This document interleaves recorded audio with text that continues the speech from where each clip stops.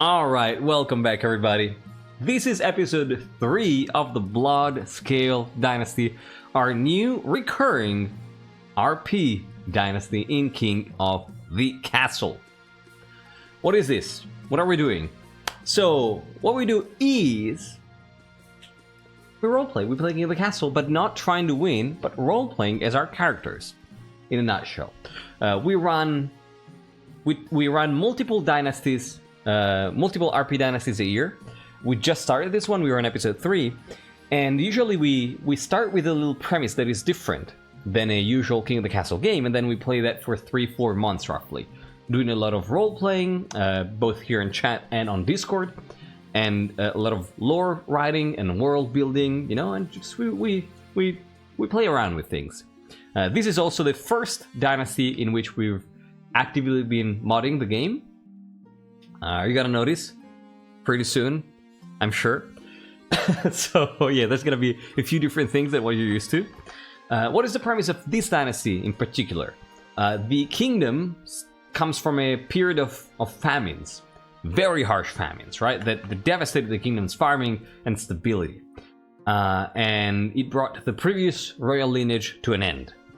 And so the kingdom is now recovered, I would say, mostly. The coast is still kind of struggling in the farming department, but we're doing well. Much better than we were at the start of the dynasty.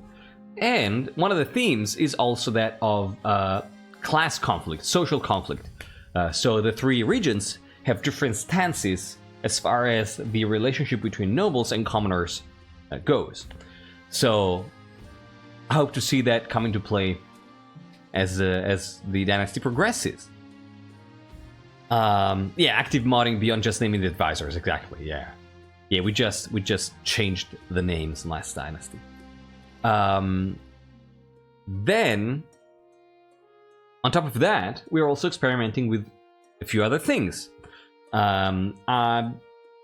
are playing around with the relationship between roleplay and mechanics of the game, and the mechanical aspects of the game.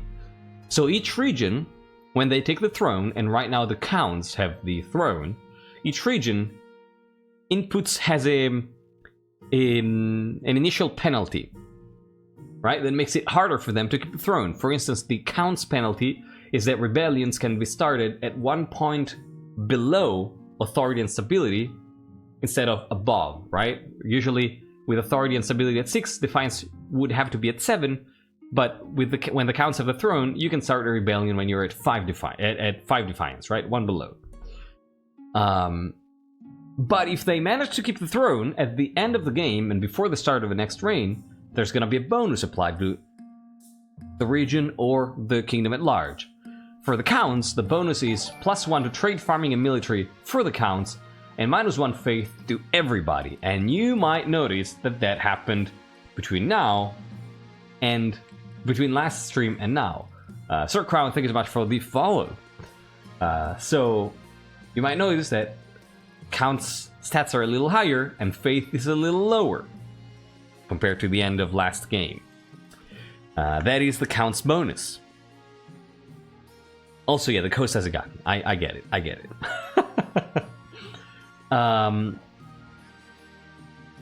Yeah. On top of that, the last thing that we're doing with this is I have implemented a system called edicts. Basically, that means that the players that belong to the region that wins a game have time a week between games to discuss out of character, so as players, on what kind of edicts they would like to implement or remove. Edicts are ways to change the rules of the game, right? That I provided a list and people can pick from that list. And I encourage people to pick based on their decisions to make the game more interesting, not because they want an advantage of any kind, right? Lelkatlen, welcome in, and thank you so much for the 13 freaking months of support. That is incredible. It's been such a long time, and I cannot freaking believe it. Thank you so much. Glad to have you here. I hope you're doing well. So, the counts had previously enacted a rule called anti-corruption edict, I think. Let me actually grab the list here. Yeah, we had an anti-corruption act that prevented Golden Choice from being selected. And after last stream, they enacted two more edicts. One being secular rule, which means that faith cannot be selected as the monarch's ambition anymore. So I'm not going to be able to select faith ambitions. And two, they enacted financial support to the East, which means that I have to bribe the East during the first tax season. Alright? So, yeah. There's a few changes to the rules. Exactly what Vasper posted in chat. Thank you so much. Good evening to you, Let's Get the Land. And Vitamin Chi, welcome in. So this is the premise, right? If you want to know more, there's a link pinned in chat right now that leads you to our World Emerald page with the whole summary for the background info of the game. So if you want to know more, just follow that. Now, before we get started with the events though, for those of you who are new, or for those of you who weren't here last time, or for those of you who were but don't remember what happened, I have, as always, a compact summary from our lovely That Which Lurks to help us get in the mood again. I'm doing great, luckily, thank you. I'm a little tired, but I'm doing good. Hope you too. So, oh, Tycho, welcome in. So let me give you a quick recap of what happened previously in the Bloodscale Dynasty during the first part of the reign of Queen Zhoya, the Absolutist, Part 1, there you go, good. Who's been ruling since 965. With Mirabella dead, royal advisor Zhoya, who had done much to curb the tyrant's successes, was crowned to public acclaims. Rumors she had set up the queen's possession went unproven. To her fellow count's shock, she affably courted the peasants' support. Yet privately, she was Eastern to the core, and too firm to be split from her advisors. Zhoya had all grandees involved in their still-going conspiracy hanged, as Mirabella should have. The kingdom eagerly moved on. Nobles competed to grow the best chili peppers, and a miraculous desert source was used to water crops. The realm grew ever greener, and the south became the breadbasket of the 9th. The coast, however, grew suffused with the 8th chapter, a cult founded by a rogue archaeology professor, Travion the Operi, to worship a huge mechanical arm he had dug out. Drawing magic from the arm of the 8th, the warlock planned to take coastal lands in which to be free from the church. Zhoya sympathized, but would not antagonize the council. Travion was assassinated. Studies of the arm itself led to the creation of the Royal Bombard, an eldritch cannon ensuring the coast's martial supremacy. Taking the queen's refusal to get an heir as a sign of undeath, nobles came to support the fanatical grandee's goal of having a mob slay the Lich Queen. While eager to burn witches, the commoners were undecided about Zhoya, who had opposed the peasants' strike, but also given them much. Her steadfast support to a necromancer content tipped the scales. She had to be evil, or, worse, possessed. The people converged on the palace, steeling themselves for what had to be done. But Zhoya launched into her best speech yet, and won back their support. And the contents of the speech, you can find them in Dynasty General and Discord, by the way. Now church and nobles were scared of the absolutist siccing a mob on them. A tense calm settled on the realm, which thrived under her talented rule. Now confident in her power, Zhoya could, at last, shed off her gentle mask. And that is the summary from That Which Lurks. This is what happened last time. Please give a big round of applause to That Which Lurks. As always, thank you so much for providing these. These are so helpful in getting, in the groove of what happened and getting back into the game. Thank you so much, Clerks. Always do a wonderful job at this. Sir Crown, there you go. Thank you so much for the sub. I really appreciate that. Happy to have you with us. Thank you so much. It's very, very kind of you. Thank you. Glad you're joining us. So, yeah, I'm sorry about that, Lelkatlin. One day you will have more time, and I'm gonna be able to start earlier. One day. That day is not today, though. So, let us now begin with the coronation. Your Majesty. Ah, we got the thing. We got the thing. See? We messed up. We messed up. We messed up. Your Majesty, brilliant idea, that of a new coronation ceremony. The commoners love this kind of thing, and we definitely need them to look up to us right now. The R of a demon? Nah. Said I want to believe now, he's like, nah. That's her ominous black bar curse from when she got revived. Yeah, more blank pixels needed. Yeah, no, I'm not gonna believe you, of course.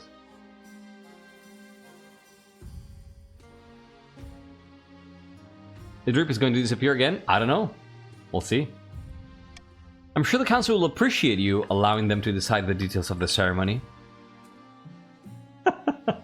I'm sure they will.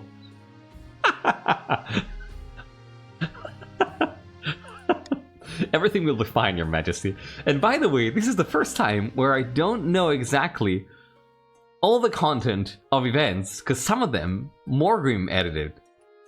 So... Raul Green, hello and welcome, and thank you very much for joining. How are you doing? You are... Where are you, Raul Green? Don't see you. There you go, you're Patrician. How you doing? So yeah, yeah,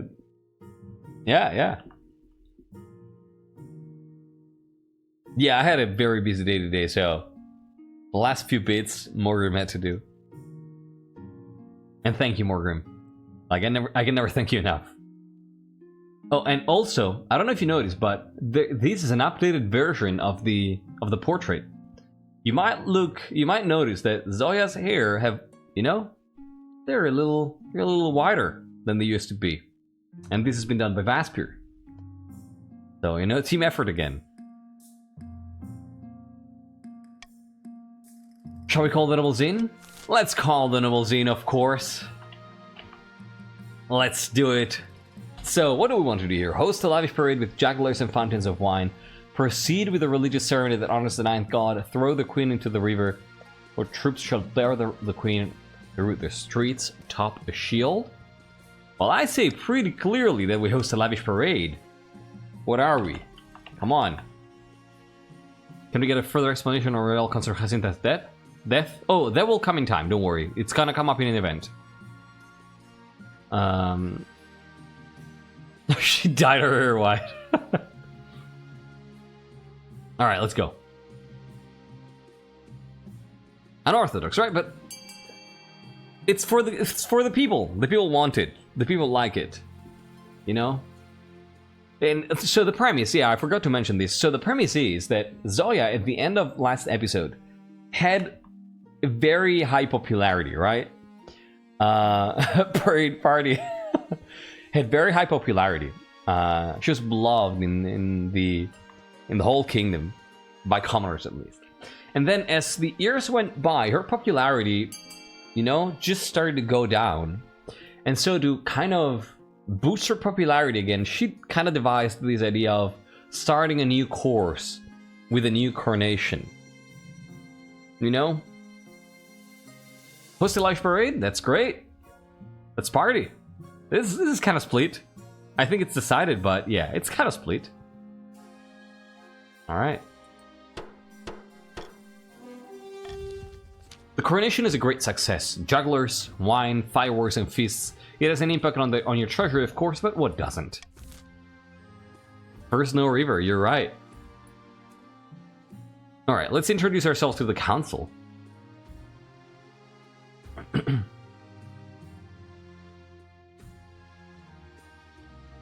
Once again, I think it's hilarious that I introduced the Fatalist noble who slipped through hundreds of games worth of reigns and thinks history is locked in place, and it's been introduced in the modern dynasty, right? The nobles requested we follow protocol after the coronation. Let's proceed with the introductions. Because of course I know the council already, right? So, but let's follow protocol, as you requested, my dear nobles. Countess Baspir, hello. In order to finally make your acquaintance. I was dismayed to hear of your mother's passing. That's okay. This escaped us. This escaped us. Yeah, we forgot the greetings. That's the one that we forgot. It's all right. New lore. Who's her mother? Right? Yeah. Yeah. Apparently her mother was still alive, right? Oh, right. That was Luther Bonworth's wife. Oh my god. That's Canis' daughter. That's Canis' daughter.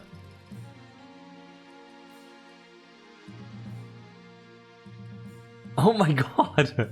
I'm so sorry. Yeah, the game just killed your daughter, Canis. Oh shit. Well, that's now canon. There you go. Yeah, I don't remember her name. But yeah, that is Canis' daughter. Oh right, you married Bonworth. You're right. Then who the hell is this? We don't have the. You're right. Enjoy the shower. You're right. Baspir speaking death into existence. You're right. Yeah, you're fine. No worry. Okay. Alright, let's go to the patricians. Sparse Corruption II! Welcome in, Sparse Corruption. Happy to have you as always. A pleasure, Your August Majesty. I hope to see our kingdom prosper and grow wealthy under your reign. Of course. And then we have the Grandies here. Donya. Hello. May the ninth God bless your reign, Your Holiness. I trust you will conduct yourself with honor and faith. I'll try my best. I will try my best. Also, sorry about your daughter.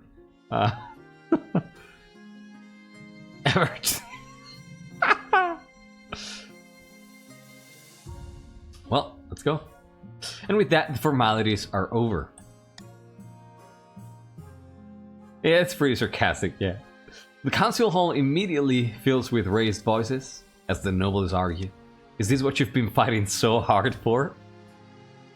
As you may notice, there's been a few, you know? We forgot the greetings, but the event has been edited. Like, this is edited too.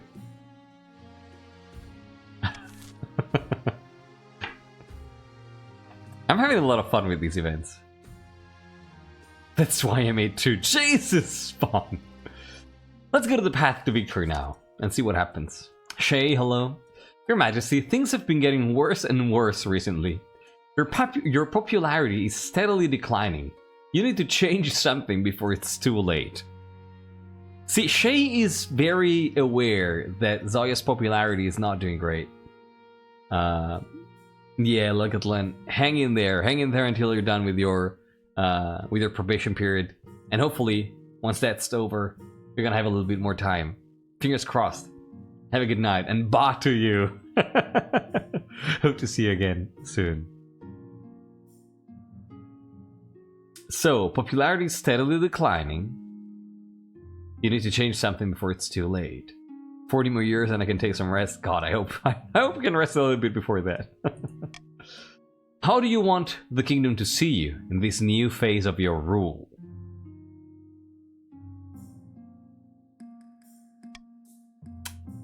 Well, I cannot pick faith because of secular rule. Well, I think that Zhoya's had enough. I'm gonna be honest.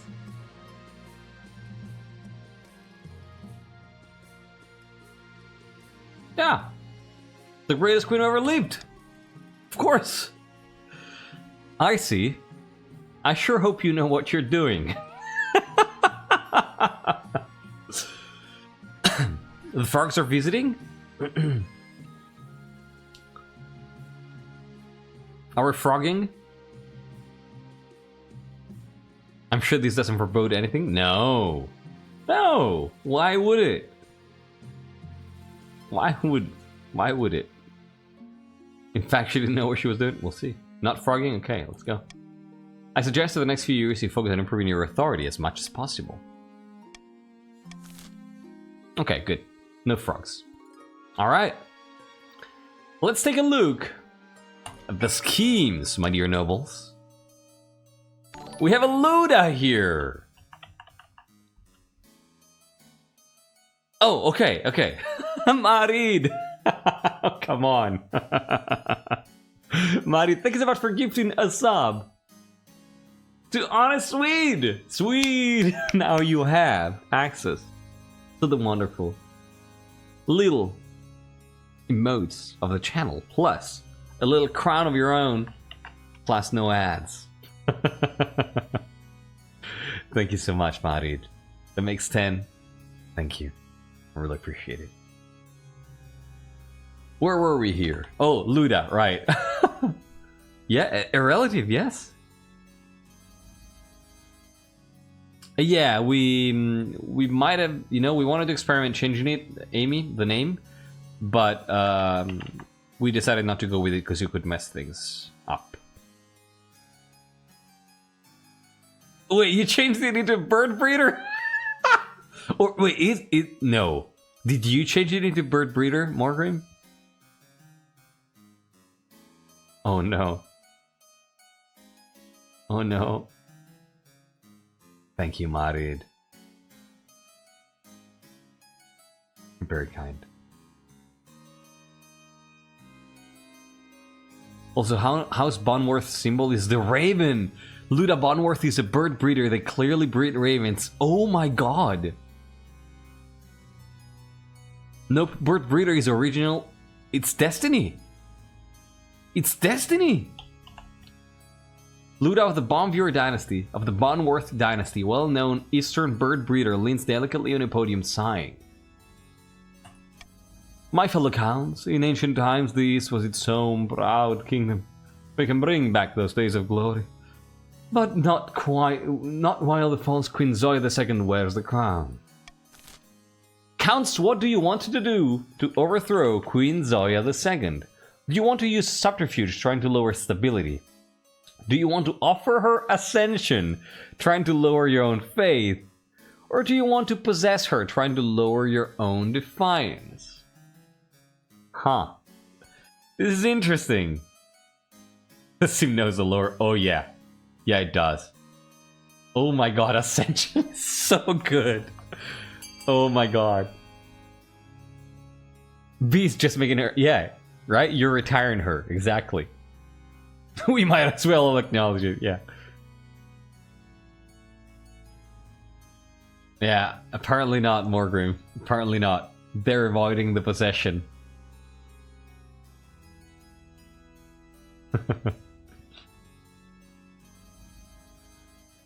Alright. Alright, Ascension it is. I'm gonna give you a few more seconds, because there is a lot of counts who have not voted, so if you are a count, and you want to vote, you could still tie this. So counting down from... Sorry, 5, 4, 3, 2, 1, and 0. Alright, let's go. Remind me pause stream, I added a bunch of the dialogue of the session event because I honestly thought half the counts would jump on the dramatic irony. Oh, you want to mention them?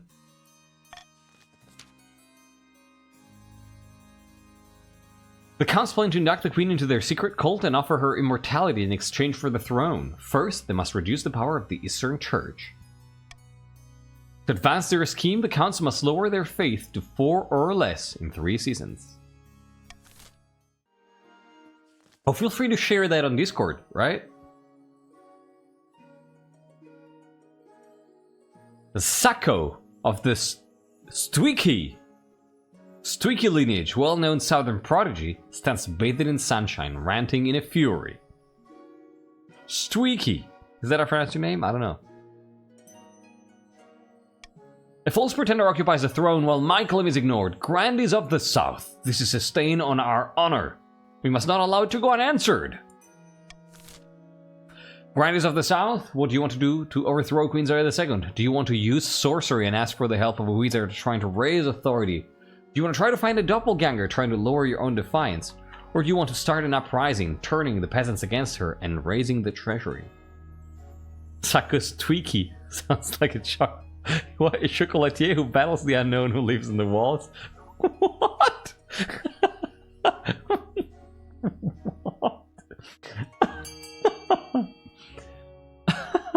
Tialis, welcome in. Hadn't seen you. Hope you're doing well. Alright. Uprising, it seems. Best to replace her with a puppet. Could be an idea. Looks like it's gonna be uprising, but oh, everybody's voted, so it's surprising. Wow. Yeah, it would be pretty.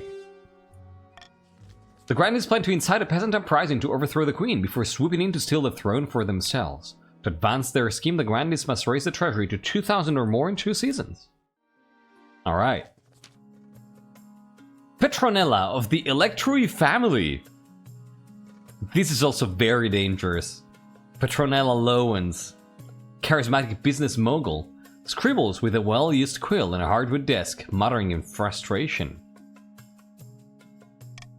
Fellow patricians of the coast, my claim to the throne is far more legitimate than that of Queen Zhoya II. Something must be done. Patricians of the coast, what do you want to do to overthrow Queen Zhoya II? Do you want to intimidate her, trying to raise stability? Do you want to start a conspiracy trying to lower the treasury? Or do you want to vote like sparse corruption and spread corruption trying to lower authority? I love that you're always the freaking first to vote when corruption is on the table. This was just fate. This was just fate.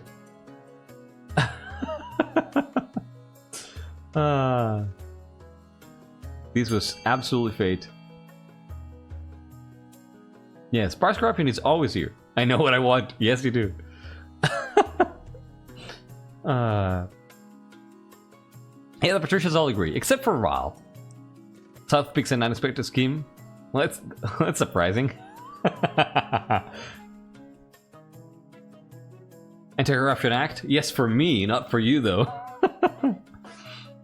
Alright, let's go. Corruption it is. The patricians plan to turn the throne into a commodity that can be bought and sold at will. First, they must ensure that the rule of law is crumbling. To advance their scheme, the patricians must lower authority to 4 or less in 3 seasons. Oof. Luda, Sacco, and Petronella.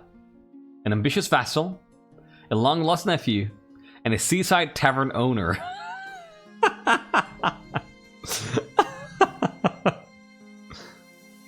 Shadow Moon, welcome in! Welcome back and thank you for joining. How you doing? True thing, Amy, yeah. yeah, that one is Morgrim's fault, yes. Charismatic business mogul indeed, yes. Oh yeah, we're modding the game, Shadow Moon, don't worry, it's okay. Oh, I like all 3 of these claimants. So, let's see. Oh, I can pick these, okay. Royal Gamble, Call for Unity.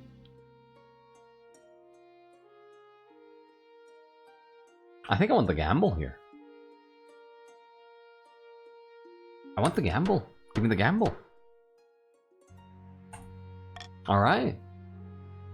Yeah. A new trend. And a whiskey wager. Okay, a whiskey wager? Well.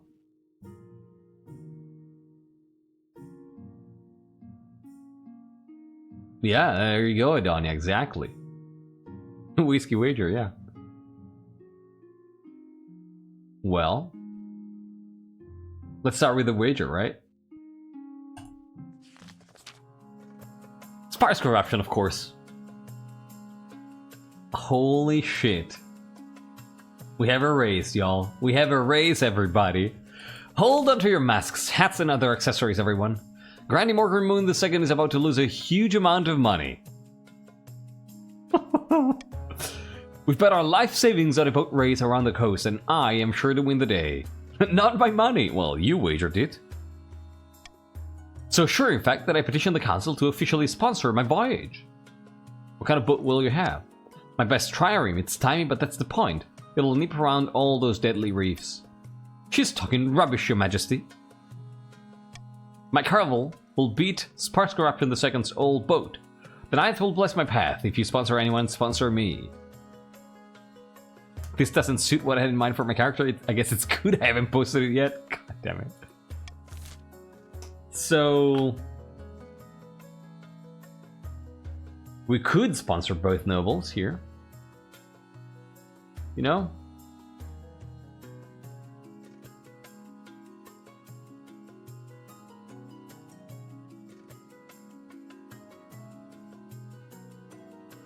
What would Queen Zhoya do?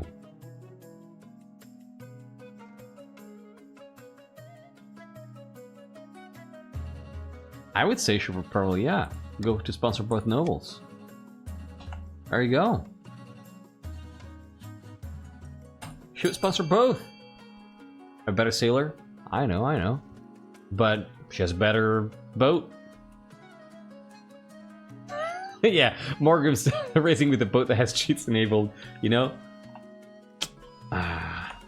You cannot trust code wizards to race fairly, you know? I did 2 races last dynasty. That's because you don't spend your money.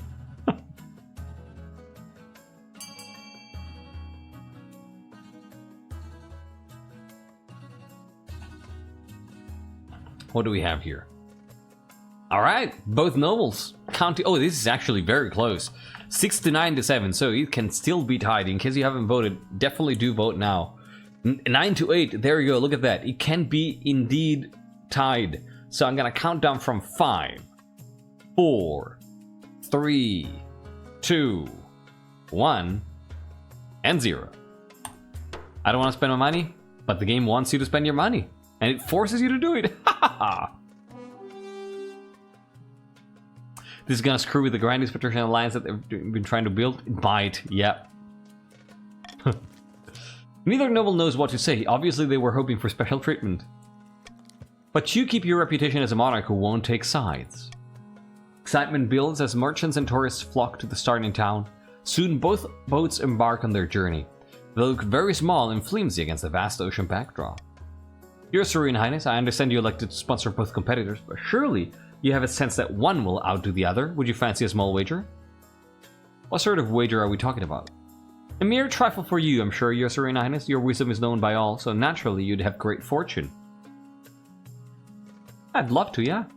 Oh, most excellence. Excellent. Then where shall you place your bet?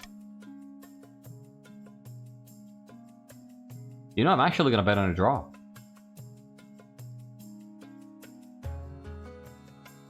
Goodness me, that would be strange indeed. You're a brave queen. How much would you like to bet, Your August Majesty? Let's just do 500. No. No. No. 500. 5,000 gold? What the hell? I didn't even know this was an option. Just a tiny bit. 500 gold it is. Excellent. You won't regret this. You return to the capital to await news of the race. Alright. Let's do the honor guard real quick. Oh. As is tradition, each region offers a selection of elite guards, the counts with knights of the Order of the Round Roads, the patricians with champions of Ladiers, and blah blah blah. Think carefully, we know the gist.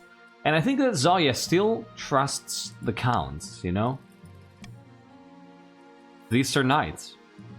I think this is super easy. Yeah, she's glitching a little, but that's alright.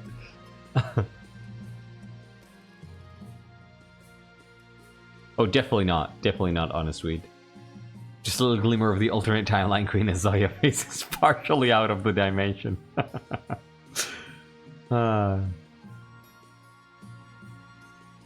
Yeah, exactly. Eastern Knights. They love me, right?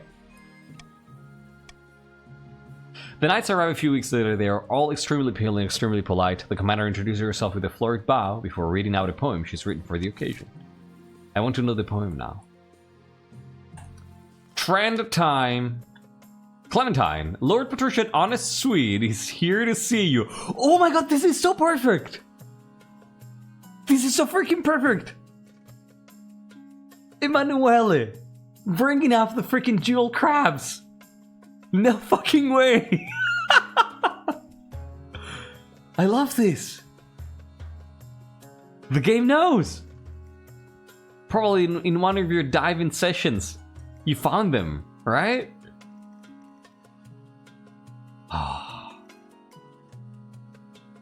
Amy, that is really... Oh my god, that could actually be real. Yeah, Sweet found crabs while pearl diving, exactly. Roses are red, violets are blue, the world's real dangerous, let us protect you. Oh my god, that's really good! That is really good! Canon. That's now canon. There you go. That is absolute canon. Wow. Thank you, canon. Alright, let's meet Emanuele. Of course. What? It's the latest trend along the coast, Your Majesty. The patricians have started keeping a species of jewel crab as a fashionable pet. The creatures are so rare that one can now sell for as much as a mansion.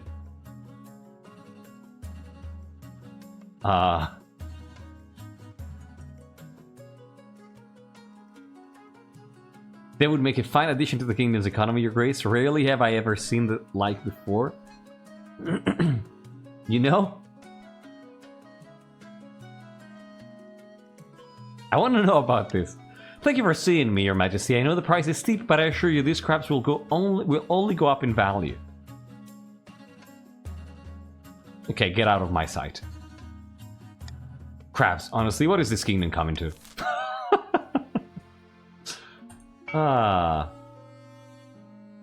So, we have an auction, but it looks like there's gonna be some ads running in a moment, so I'm gonna wait for the ads to run before we run the auction. Take a look at your options. I'm gonna take the opportunity to grab some warmer socks and wear them. I don't want to have anything to do with crabs, y'all. Huh. So, looks at zero wealth. Yeah, no crabs. No crabs for y'all. So, as soon as ads start, I am going to take a quick break here. Probably use the restroom, refill my coffee, and then we're gonna... Yeah, there we go. Ads are running, so I'll see you in 2 minutes.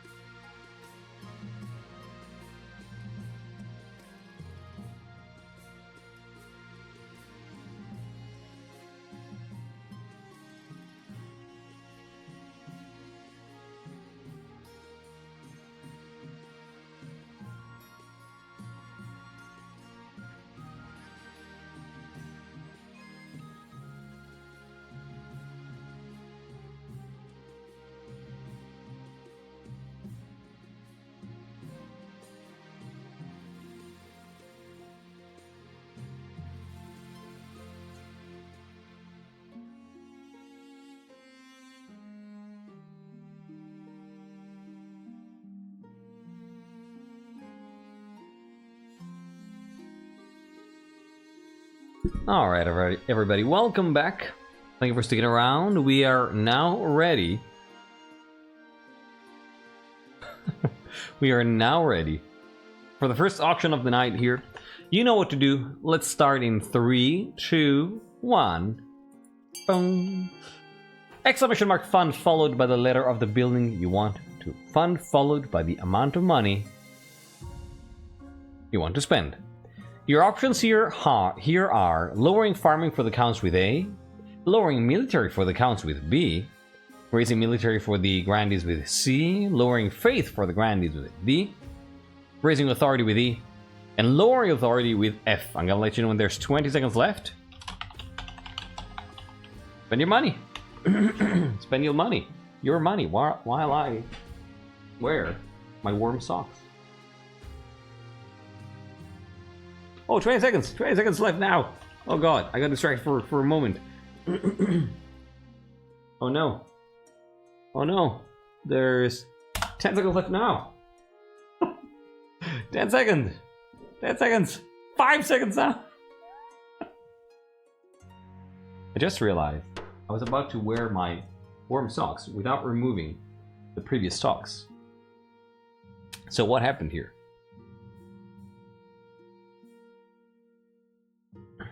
Oh my god, theater and a fortress! Oh, the fortress makes a lot of sense.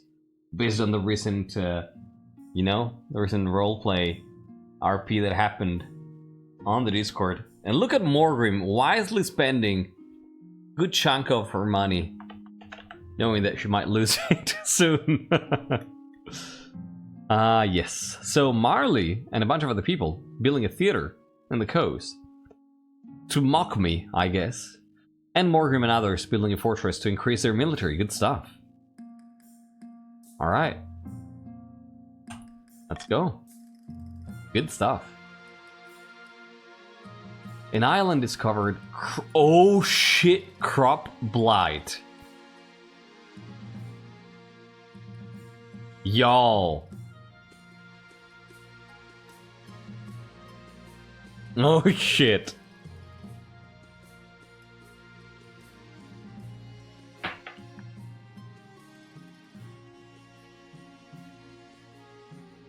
Oh shit. Well, we're gonna leave that for last, alright? We're gonna leave that for last.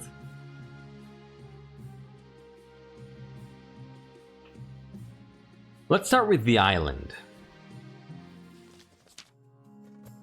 Do you still want this farmland? Right? It wasn't good farmland.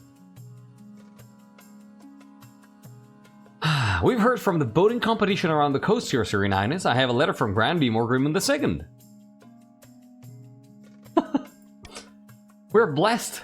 Though we weathered a storm, we found a tiny deserted island that wasn't on our maps where we could rest and shelter. Spark Corruption II wasn't so lucky. She was blown off course and I haven't seen her since, the fool. I've called it Morgrim II's land and officially claim it for the Grandees. She's faithful, it makes sense, right? The ninth sent it. Depths below, surely this new island belongs to the coast. It's in the sea, that's what we do. It's a legitimate claim. Jealous that the Grandees are better at marine discovery? The new patricians, huh? Hey, name.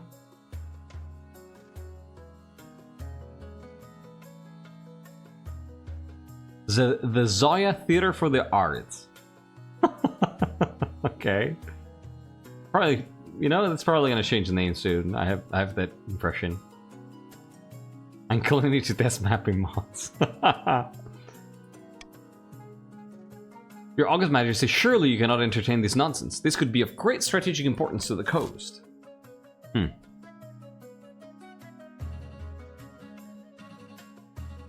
Well.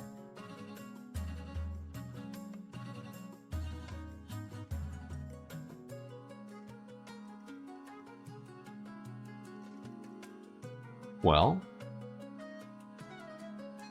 Why not make it Zhoya's land? What do you think?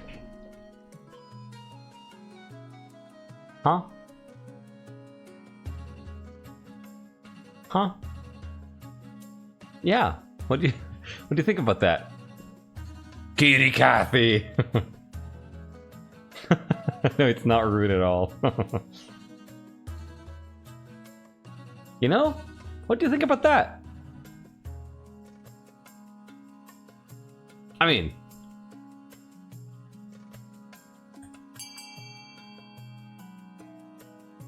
You know, it's the kingdoms. Should be the kingdoms, right? I love how Zhoya is asserting her authority in a bunch of little things, right? Like tiny decisions, small decisions. Oh, Ephra, got bad news for you. It's not this island. She's not like, I think we should hunt peasants for sport. It's more, I think I should have land. Exactly, right? Like small things. Small things.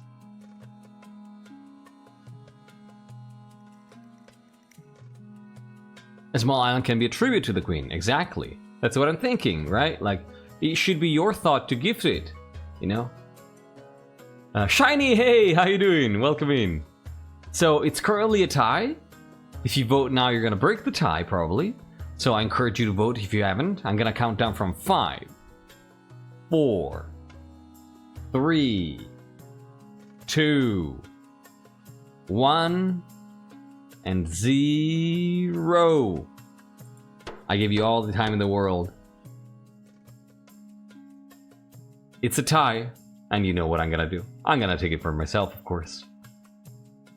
Sounds just lovely. By the 9th, this is a disgrace. Oh, still, an outpost in the sea brings respect from neighboring nations, and transport ships can rest and repair on the island, bringing more money to the capital through the new trade route. Meanwhile, tension rises in the capital as the nobles wait to hear what discoveries the race has in store next.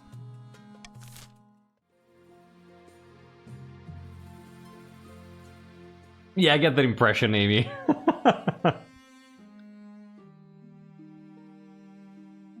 So yes, losing their feather to reality. Finding a spouse. Your Majesty, I renew my condolences for the tragic loss of Jacinta in that alchemical incident. Everybody. Everybody. Salutes to poor Jacinta. Dear, lovely, beloved Jacinta. Jacinta. We're going to miss you, my dear. So that's what happened to Jacinta. Remember how she had an alchemical lab? Yeah, apparently she messed up with some, you know, she messed with some substances that she probably shouldn't have. Oh, hey, Maijo, welcome in, happy to see you. Yeah, shiny, that was shiny, absolutely. So she probably just exploded in some alchemical incident. Yeah, it can happen.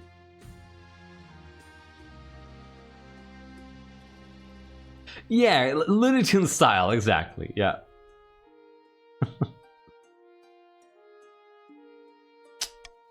I know your heart isn't in it right now, but you should focus on finding a new wife. May I start looking for eligible candidates?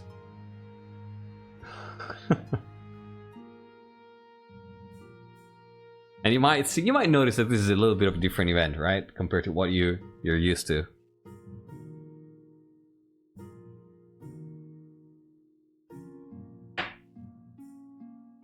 Zhoya has a heart? Since when? You just never seen it. You've just never seen it.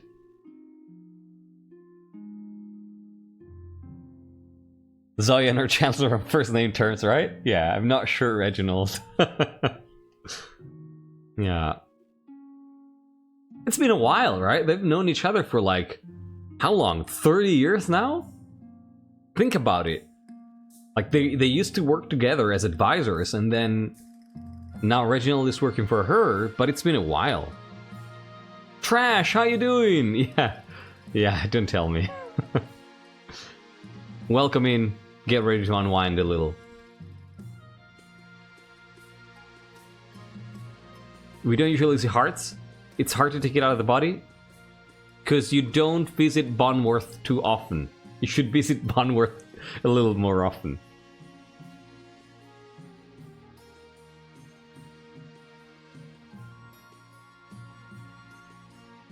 Exactly. In private, they're closed. In public, they're formal. In public, they're formal. Yeah.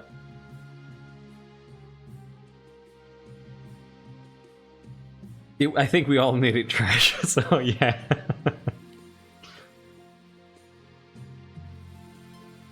Yeah, advertising for family business. Exactly. Yeah,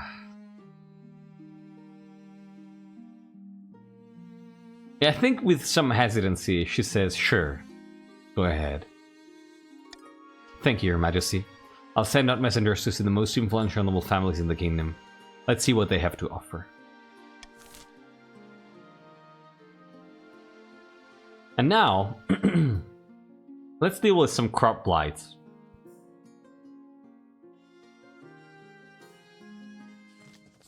Oh, this is gonna be bad. Pardon me, Your Majesty, but a terrible blight has been affecting our barley crop in the east.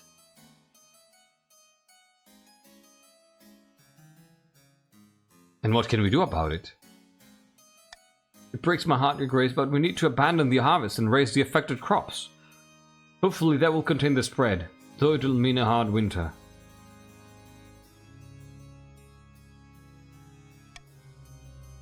Oh, there you go. Don't listen to these ignorant peasants, Your Majesty. They're overreacting as usual. Burning the crops would cause far more famine than it would prevent. Oh no. Skeleton recognition, hello and welcome in.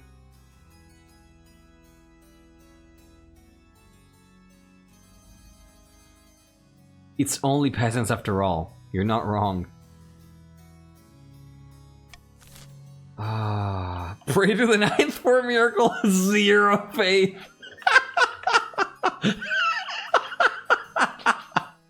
Well, never mind. Let's not bother the ninth.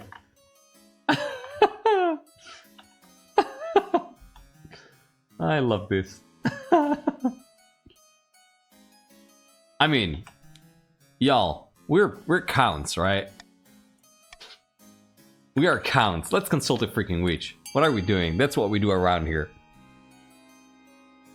Yeah, we love consulting witches. Hell yeah. That's what we do in the East. That's what we do in Shadows. Right? We convene with witches. Who's voting? Adonia is voting. Oh, Shinukers and Sparkscore. Oh my god, this is so close. Yeah, you are counts of the rest of us. You're right. A few of you too. Burn the witches and the crops. Electri, welcome back. Wow. Alright, 13 to 11. This is cool. This is a really cool choice. 14 to 11, 15 to 11, I think we have a choice here.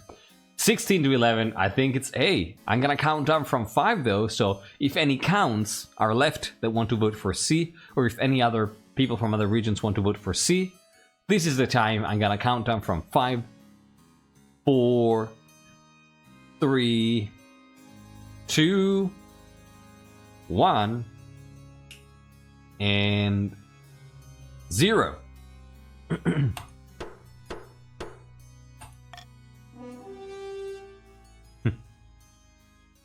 Alright, raise the blighted barley crop.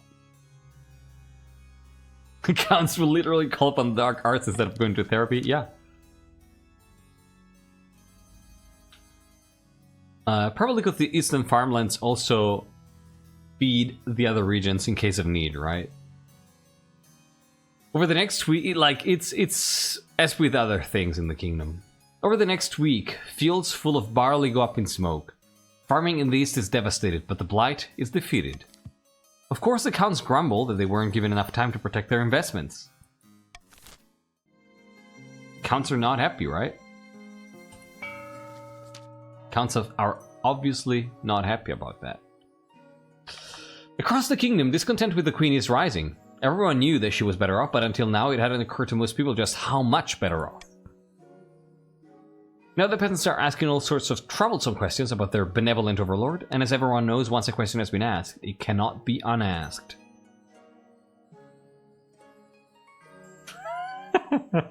Mauro, it's funny. Somewhere in the vast southern hills is a forgotten pilgrimage site. Once it housed the saints' bones. Now it plays into a host to a secret night meeting of grandees. Is this the place where Saint Umber's bones were kept? Probably, right?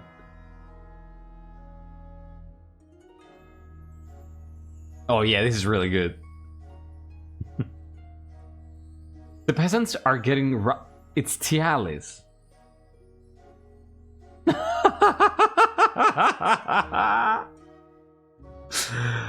Oh my god. No. I mean after we exhumed the body, right? Morgrim. Tialis, in case you didn't know, is one of the people who was scheming on Discord. The peasants are getting rowdy, and it's all thanks to us. Now that they know how much wealth the queen's hiding, they're itching to get rid of her. In his family's home. Oh, okay, I see. Okay. And Tycho. Careful we don't get them too riled up, mind you. Or they'll start asking questions about our wealth as well. Yes, now it's the time to incite some real chaos. Show them Queen Zhoya is not only greedy, she's utterly incompetent too. For the next stage of their scheme, the grandees must lower stability to 4 or less in 4 seasons. Alright. So now I have to bribe the counts, right? Because they told me to do it.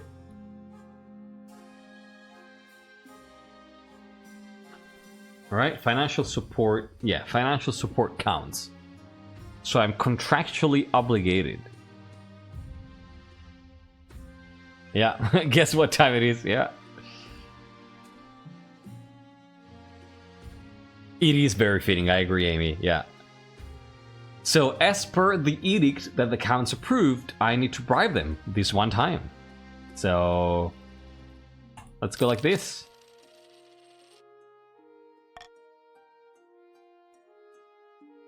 Mutiny? The crab bubble bursts? Oh, these are all really bad. I want to know more about the race, so let's continue that. Dramatic news from the boat race, Your August Majesty. Lady Patrician Sparse Corrupt in the Second sent a letter telling me everything. What do you mean? Sweet. We beg for aid. My crew has turned against me. They're saying I'm working them too hard and there's no hope of winning anyway. Now they demand higher pay. They're threatening to throw me overboard. I beg for help. Every minute we argue, we lose time against Morgrim in the second. Yeah, you're doing awful. Sparks corruption. I'm so sorry. Yeah, these are all terrible. Absolutely. By all the leaders, we must step in. These sailors can't be allowed to unionize to disrupt the race like this. Absolutely not. If Sparks Corruption II couldn't control her own crew, that's her fault, and she doesn't deserve to win. Yeah, really not as Sparks. This has already hurt her chances of winning. Why should she be punished further? Send coastal troops to make them fall into line. We just point the one cannon at the ship.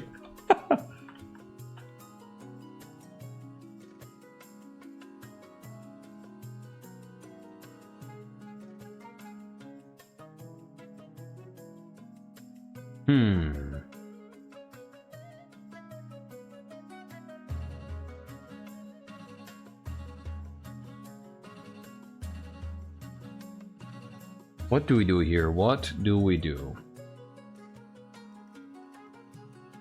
We use the artillery cannon. That's kind of funny, right?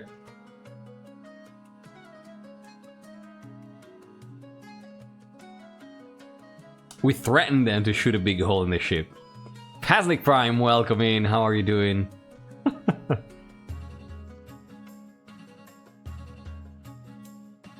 I think you might actually push for that, you know? Yeah, I think she might actually push for that.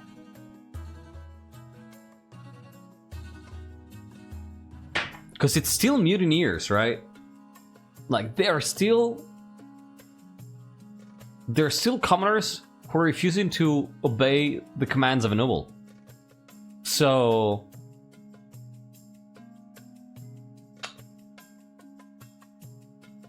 Is that for real? Swede? Like in real life, you mean? Look at the patrician, all giddy to use their cannon. Like, oh my god, the cannon! Let me see the cannon. Like, can we shoot the cannon? Please. But yeah, this is super fitting. Of course, it's the coastal peasants who are acting up. Out of all the peasants, yeah, it makes sense. Yeah, you're super excited. Except for Marley and Swede. Oh yeah, right. You don't like to use force to be forceful with peasants. I remember that. It looks like that's how it's gonna go though. So let's go. But gun. Coastal naval mercenaries quickly descend on the boat and overpower the mutinous sailors. Yeah, no. This is just basically the patricians telling them, hey, we've got the cannon pointing at you, just stop it, okay? Sparks Captain II is back on track and her boat picks up more speed in the wake of the fight. Not only that, but as the story spreads, coastal sailors back home work double time to avoid the same fate. She's neck and neck with Morgan Moon II and the race is nearly over.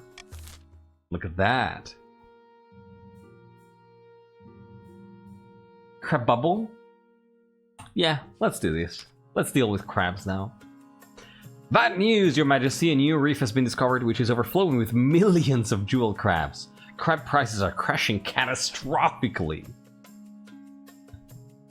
How could this be? The entire kingdom will suffer financially, Your Majesty, with the exception of a few patricians. Curiously, Lord Patrician on his Swede, the very same patrician who first began the crab craze, recently sold all his crabs at a huge profit, just days before the crash. Well, something must be done. You summon your council to discuss the crab price crisis. Many assembled nobles have invested heavily in the crab market, and they are casting furious glances at the patricians' benches. Well.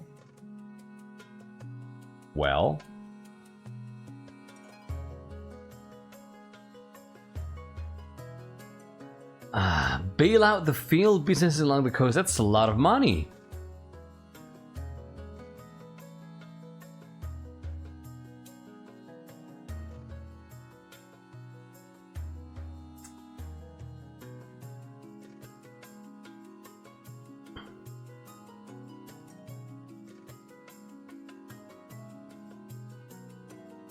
I mean, I think we should arrest. I think we should arrest Swede here.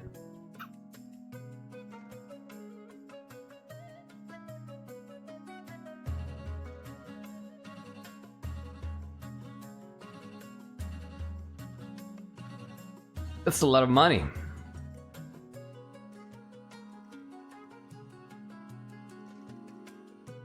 This was unintentional, I swear it. Well.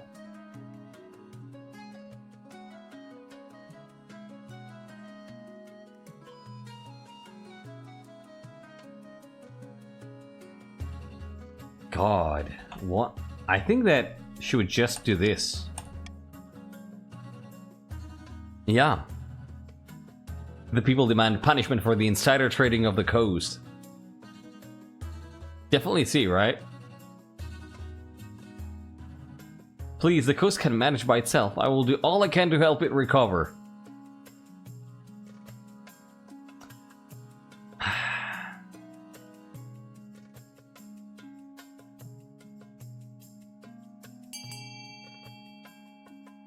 I mean, just give us another chance, please bail us. I mean, doesn't this help you?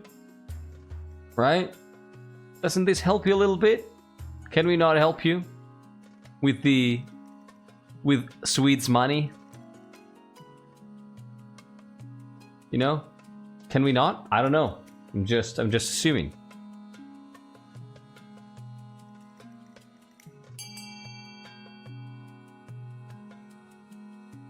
I'm so sorry, Swede. I'm so sorry. Oh, this is actually super close. This is actually really close. It's a tie. Oh my god, B is actually winning? 13-11? Wow. 13-11. You're actually letting him go. You're letting him go. Alright. I'm gonna count down from 5 here if you have not voted. This is the time to vote. Counting down from 5, 4, 3, 2, 1, and 0. Be it is.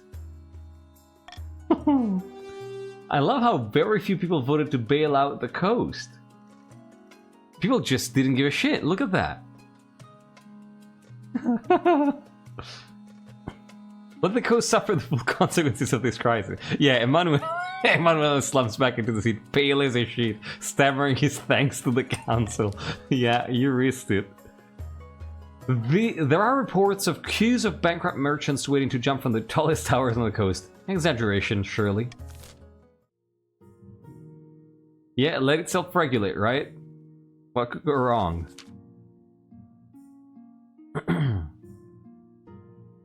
Bonkule! Hoping I would get new blood in the royal prison. Apparently not. Very close, though. I have found 3 potential matches for you, 1 eligible woman from each of the kingdom's 3 regions. Yes, yes, I know. Oh. Choose wisely, you'll be secure in a powerful alliance. And a partner for life, to have and to hold. Don't forget. Yeah, minor trick, not young women. Just so you know. Because, you know, they want to be creepy. Oh my god. To have and to hold for 15 years at least.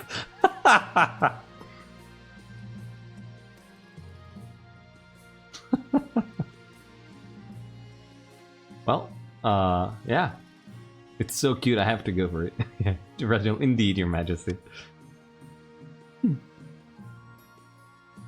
Chancellor is... Let's see the eligible bachelorettes. Zhoya did love Jacinta, yeah. I'm actually rattled. I have never been more nervous for a vote in my life. That's, you know, that is... In my... The way I see it, Swede, that's what it means when the stakes are real, right? That's why I love role-playing games where there is actually something at risk.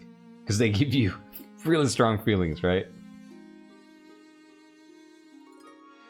Celebrity marriages. Very smart, right, Shiny?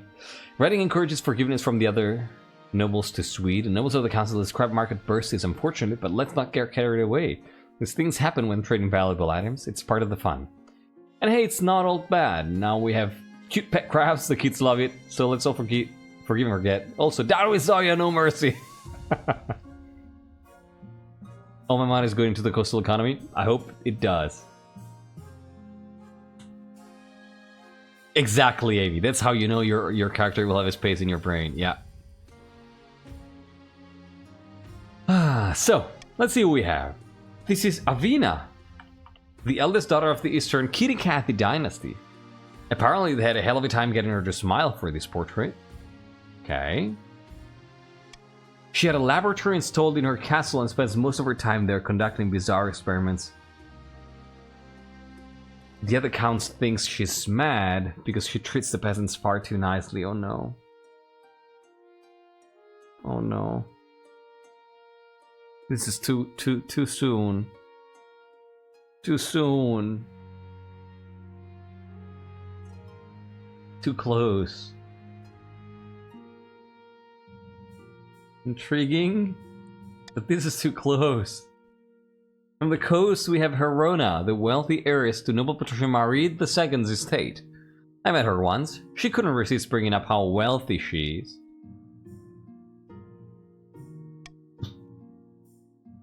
We put Doom Duty in King of the Castle. Such a hard thing to do, right?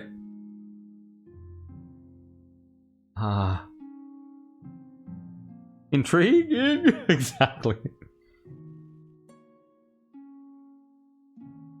Well, we do have a Doom Duty, yeah.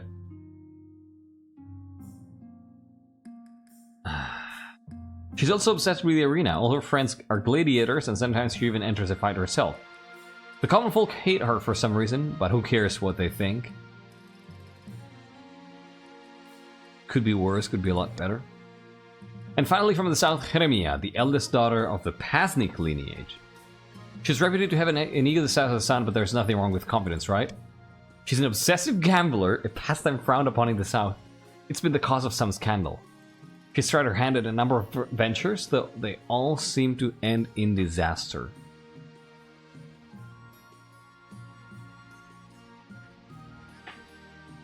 So,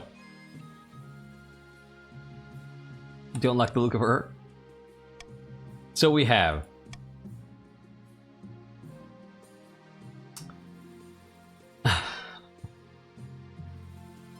oh yeah, absolutely trash, yeah. So show me Jeremia again. From the Pastic lineage. Big ego gambler. Yeah, this sounds like an insult. Herona. Marid. Marid is a light blood, right? Is that correct? Oh no, definitely. Marid is a light blood. Okay, thank you. Thank you for confirming. She's also obsessed with the arena. Okay. The common folk hate her for some reason. Okay. And then we have... she's a Pastic, but then again, so is all of us. Then we have Avina, the Eastern candidate. Kitty is a heavy blood, right? What's the name of Kitty's lineage? I don't remember right now. I can't remember. What's the name?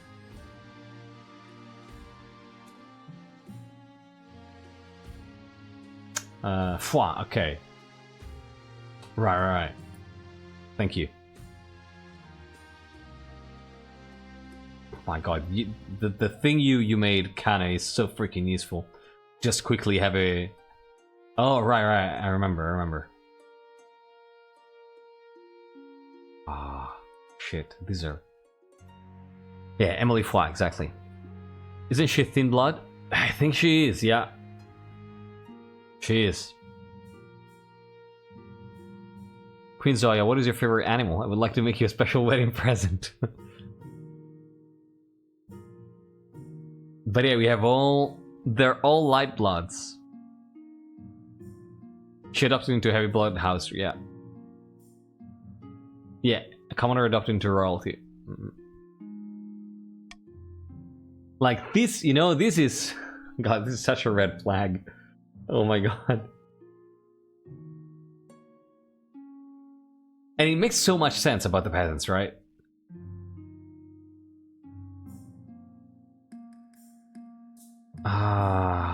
Yeah, this does feel too soon. It's like, oh, here's a copycat of your previous wife. Wouldn't you like to marry her? Doesn't Zhoya like peasants? Of course she does. What am I saying? Yes, of course.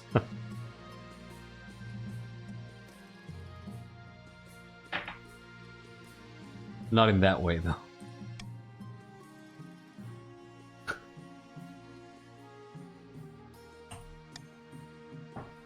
Oh, shit. She's phasing in and out of reality. I love this. Here's her previous wife in a costume. Good one. Reginald is actually they, them, Edonia. Yeah, I mean, you're not wrong, though. That's true, that's true. Yeah, no worries. Huh. It's like Chancellor is actually them in Basic King of the Castle too, so that's not a thing that we did.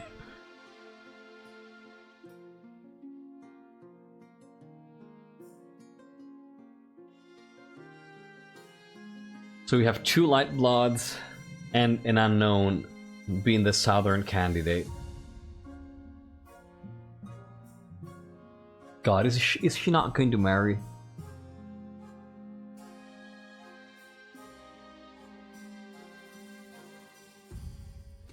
Is she not going to marry?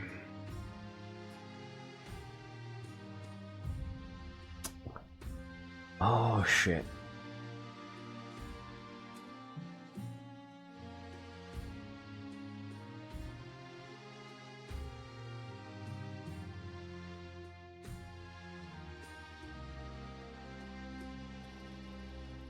So...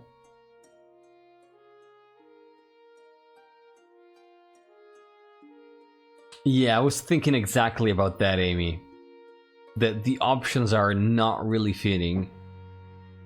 You know?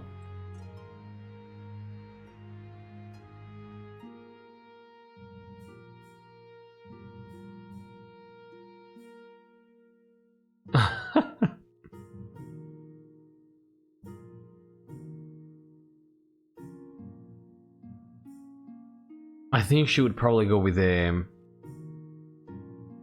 most where's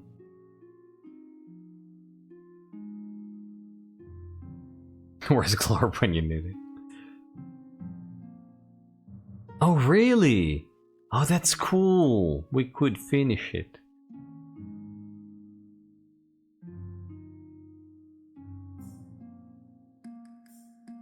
It is a really strong narrative choice, but then the game gives you 3 choices that make no sense for Zhoya. If you refuse, your choice is like, people ask you, why do you refuse? And the reasons that you can give are, because I want to party, because I want to be chased for the 9, and because I want to marry a peasant. So they really don't make sense at all.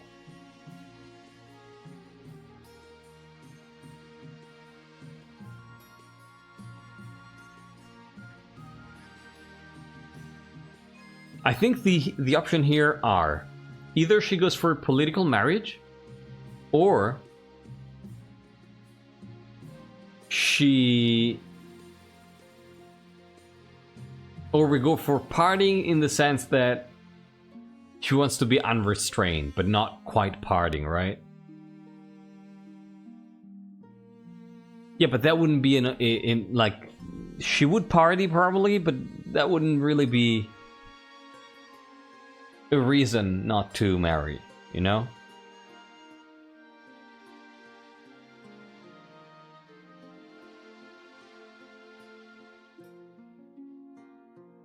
Ah.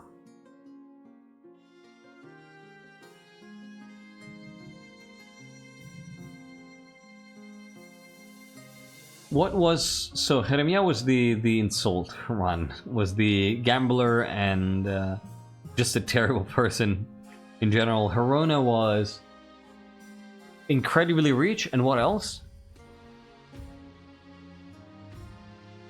Yeah, something like what you're saying, Dragon Pete, right?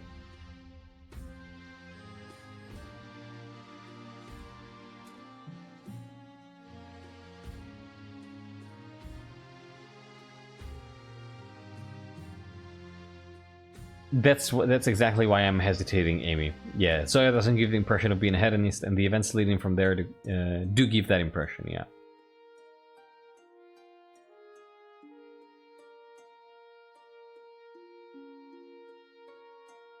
Perhaps the church could do propaganda around her, reasons to stay chaste. Rich and disliked by the commoners. Oh, Arena, right, the gladiator pits, thank you. Hated by the peasants, yeah. Why aren't they count?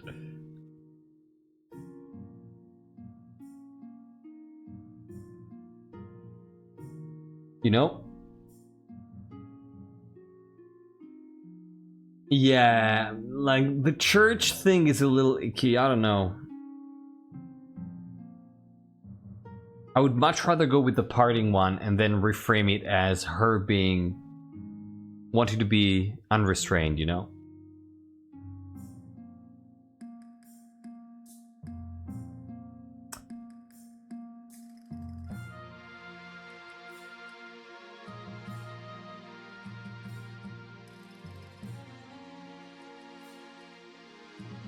I think I'm gonna go with that, you know?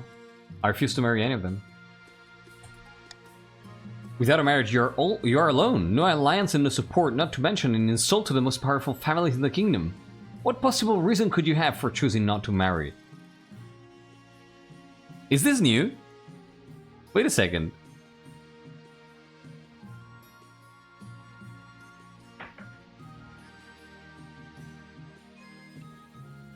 Has this been expanded? This is the original, okay. I don't remember it being this long.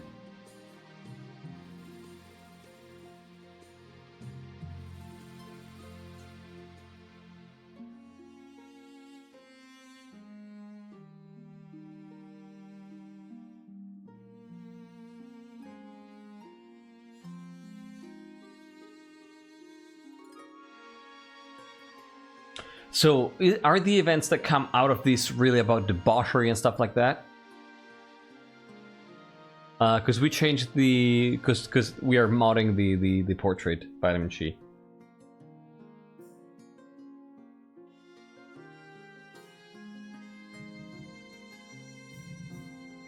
Like, how much about debauchery is the... Or however the freak you pronounce that thing. The festival, right?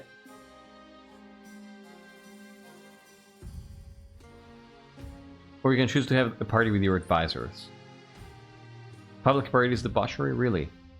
I would have said the other way around.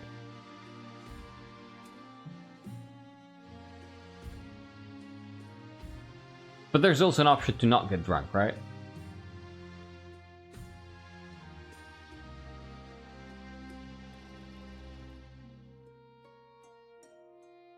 Yeah, okay.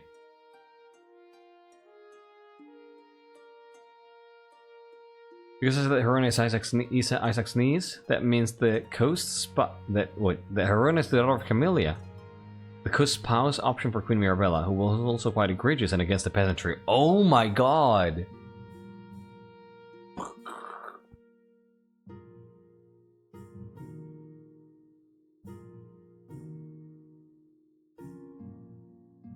Let's do that.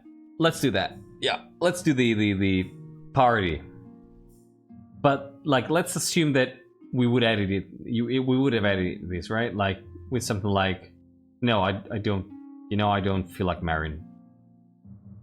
I want to stay alone. Ah, I see. Far be it for me to question my queen. Good luck in the days ahead. You'll need it. Yeah, right? It's... I think that she seriously considers the options, and then she sees... Because she knows that that's the right thing to do, politically. But then she just cannot bring herself to do it. Because she sees that they just don't measure up to what she lost. The person that she actually loved. And she realized that she just cannot do it. You know? I think that's how it goes.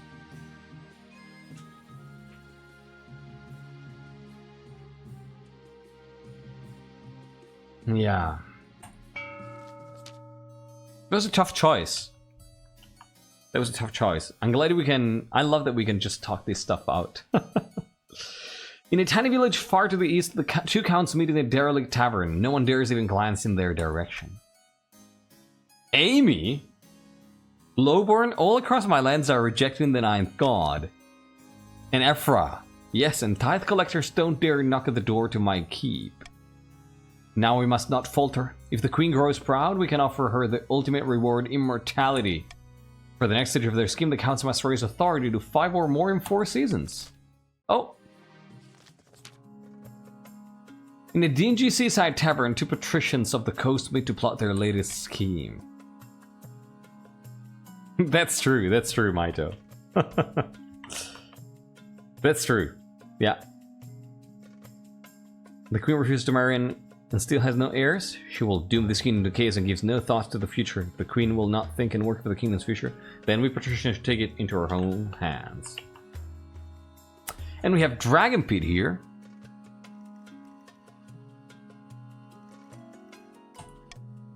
And Marley. Whatever is the matter. I offered cash to Pal's official and he acted like I was trying to give him head lice. The bastard almost turned me over to the watch. I had to make a quick getaway. It doesn't surprise me. The queen has an iron grip on the throne and no one dares move against her. So there's no room for some good old-fashioned bribery? What is the world coming to?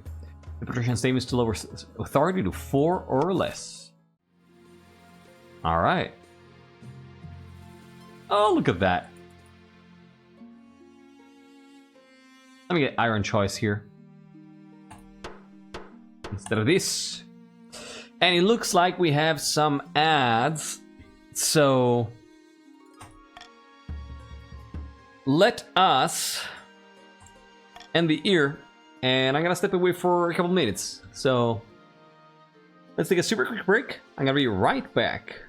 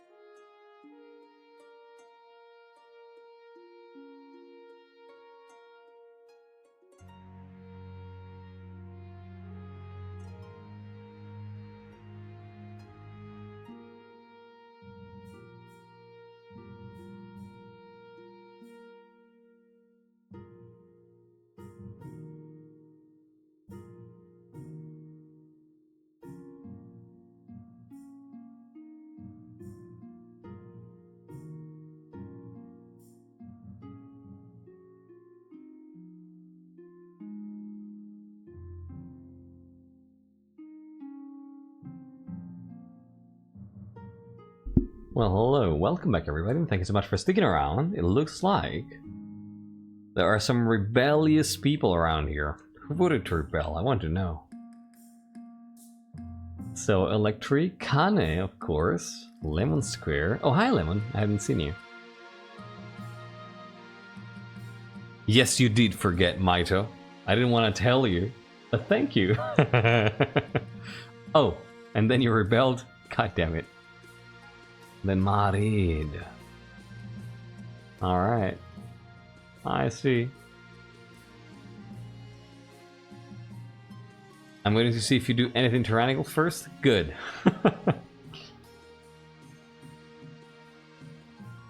Anti-corruption?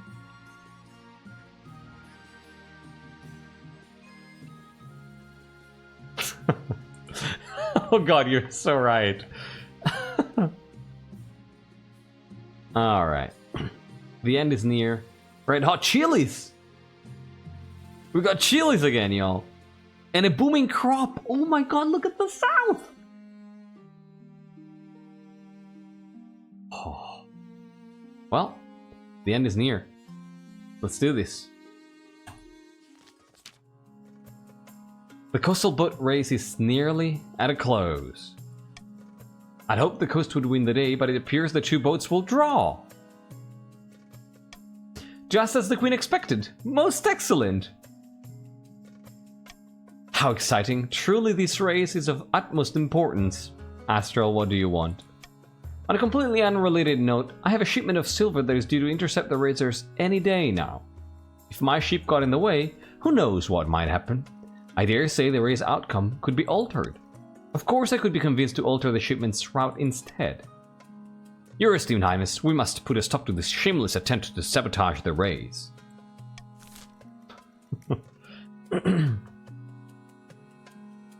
Well.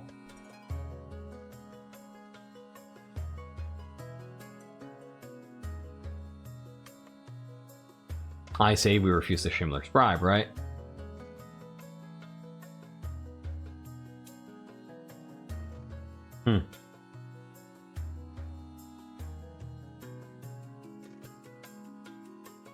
Right?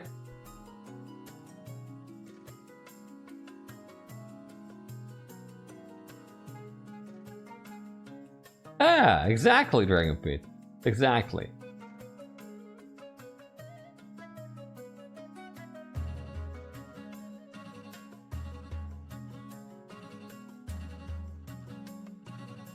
I mean, it looks pretty clear to me.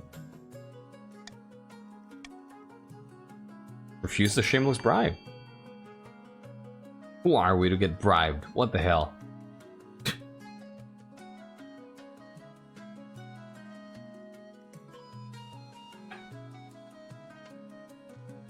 We do not fall for bribes around here.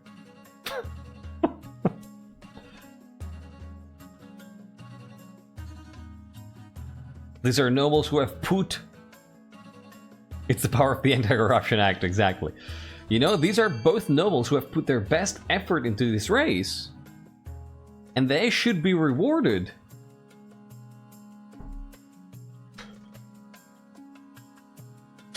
They should be rewarded with victory, you know? Ah, there you go.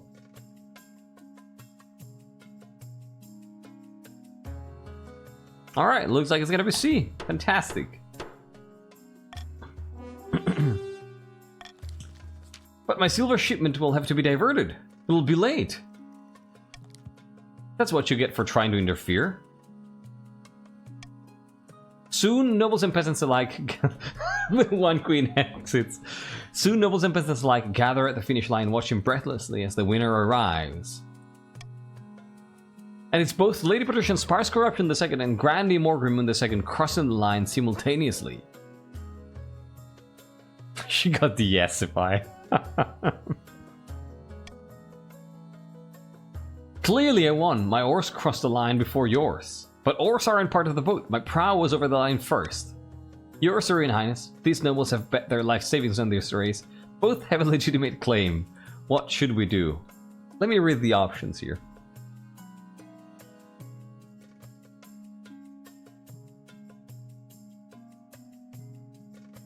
Technically, they both lost. I'll take the money.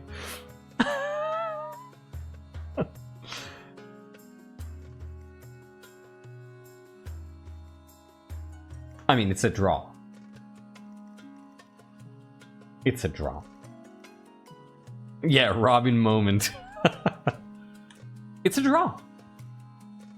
As I predicted. No. No, she bet on a draw. She wants it to be a draw. No, she really wants it to be a draw. Yeah. I suppose if neither of us won, neither of us lost either. They shake hands and leave, chatting amiably. Your Serene Highness, I'm delighted to report that you bet on the correct outcome. Congratulations indeed.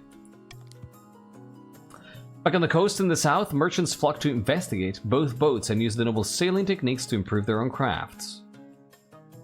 Yeah, Zhoya didn't keep the throne for 15 years by being greedy, exactly. She's smart, y'all. She's smarter than that. But the race is over, it gripped the kingdom. Similar bets take place as far afield as Sal and Kurth, some successful and others ending in watery deaths. Grandy and Pat's agreeing, right? This is Zhoya being a good at politics, y'all. Look at this. She's playing, y'all. I mean, defiance is pretty high, I'm not gonna lie. So this is pretty bad. This is looking bad.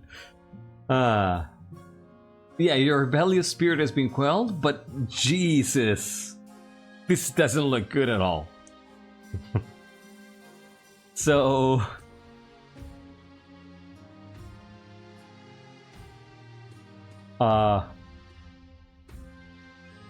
right out chilies first. 3, 2, 1, bite! Two nobles dangling bright. Is it Hesperus again? Chilies peppers over their tongues, chew ferociously at their respective vegetables. I can't take it anymore. As Countess Hesperus spits out her chili, the council hall erupts into cheers.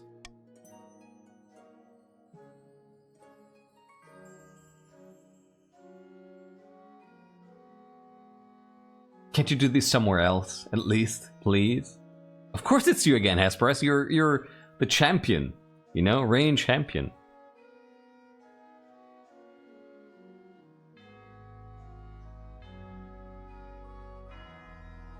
The defiance of the commoners? I wouldn't know. Probably both.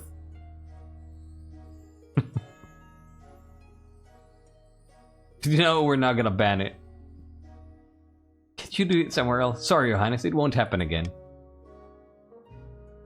Your Majesty, perhaps you'd like to sponsor my growing contest? I'm looking for the hottest chili in the land. The winner will receive a hefty cash prize. Look at Vitamin Chi trying to be like Tycho. Or you could sponsor us patricians. With the treasury support, we'd be sure to win. No, the Queen should sponsor us. We have the better chance that everyone knows it. I mean, we know a thing or two about this.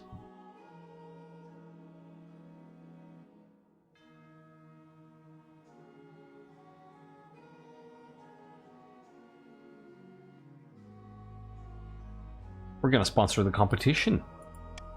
We know a thing or two about this. This is good.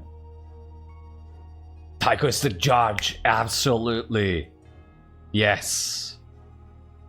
Yes. Absolutely.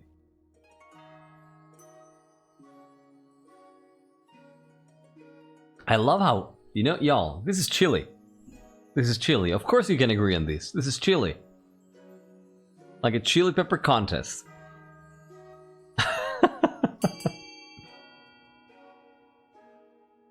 This is fantastic. Just like chili. Yeah, you do. You do. You know, to the point where it's become a saying, apparently. There you go. I don't know if you noticed, but in the summaries, in the summaries that Kanye wrote, there was this bit about like a chili pepper contest becoming a saying.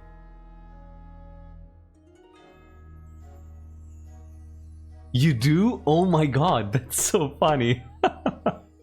That's so funny, Vitamin Chi. It's really good, Kanye. I think it's gonna become something like it's chili. You know, it becomes contracted and it becomes it's chili. Yo, that's so chili.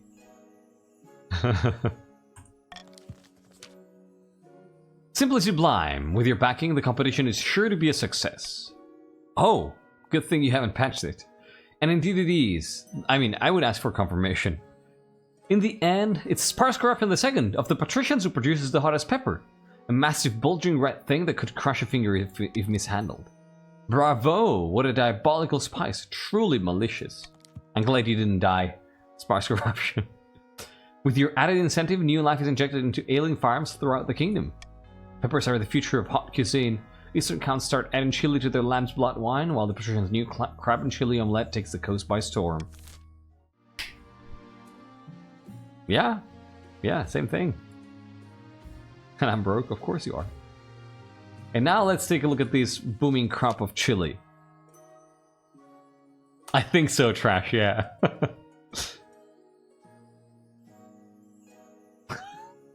Zhoya needs to be overthrown like a chili pepper contest.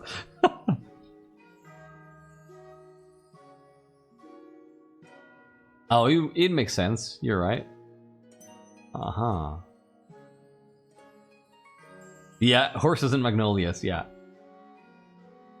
Your Majesty, the yields from the southern farms are extraordinary. I've never seen the like.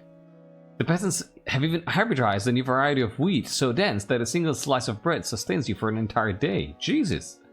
We must assemble a team from the university to study this new crop. It could benefit the entire kingdom. Of course we're gonna freaking do it. Upon my honor, wait a moment. You can't spread our secret to just anyone. I'll have you know that our produce is very much in demand. We're just in the middle of securing a wheat trade agreement with Tavalin. These eggheads could disrupt things terribly. Mr. Domino. No, Mr. Domino. No. Yeah, the pizza mafia is like, no. No, you cannot do that.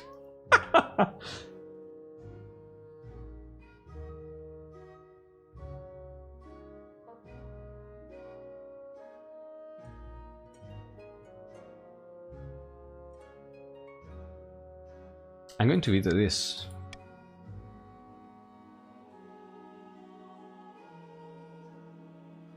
I would just claim it.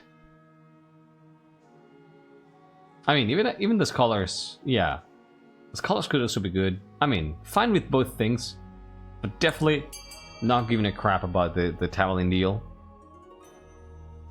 We do not negotiate with the Pizza Mafia. They want that Dokra.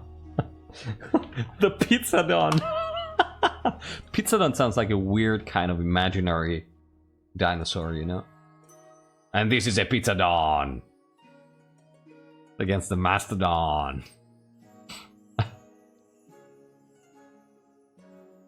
This fits very well, yeah.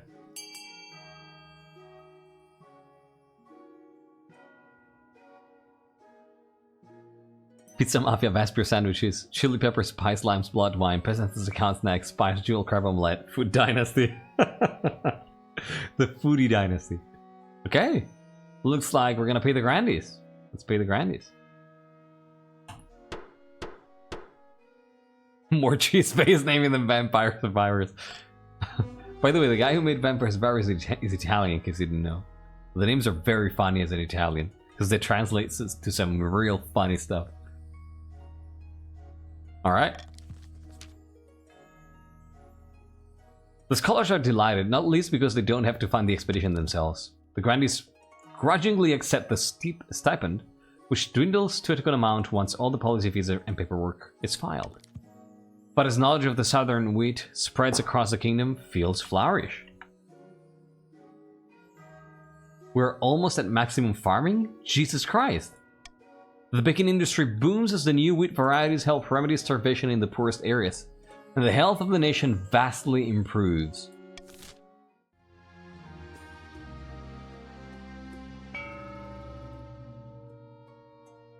Oh my god, y'all. Y'all.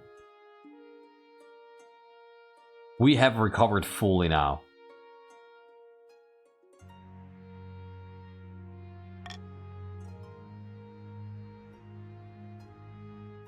A new festival? Workers on strike! So let's do the invitation first. The famine PTSD got to us? Yeah. Without a word, Count Indomitable Fool hands you a blood-red envelope. It is sealed with white wax in the shape of a skull. Inside is a beautifully written invitation to an event called the Crimson Vigil, due to take place on an autumn night later in the year. Did we say that it is customary to ask?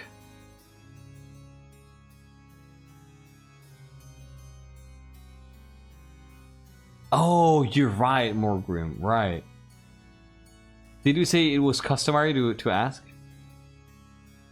If it doesn't count as a count, yeah. What did we say last time? Help me out.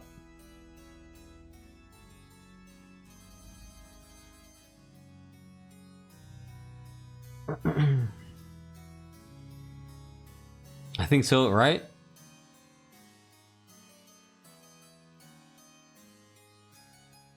It is customary to pretend you don't know what the invite is for. Okay.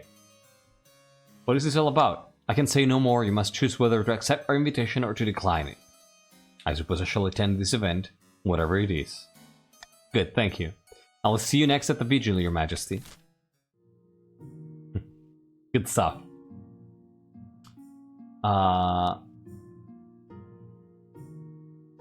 Festival first or workers? I would say workers. She has amnesia. If the Queen in Exile escapes, I can post a lore we missed out on. Yeah, of course. Yeah. Your Holiness, I need help with my peasants. Hey, Simple Coffee. Oh, nice portrait. The South is prosperous and living conditions are improving, but they still want more. They've gone on strike demanding better pay and fewer hours. Many have thrown down their tools and started squatting on my property. We should deliver it with the council. God bless you, Your Highness.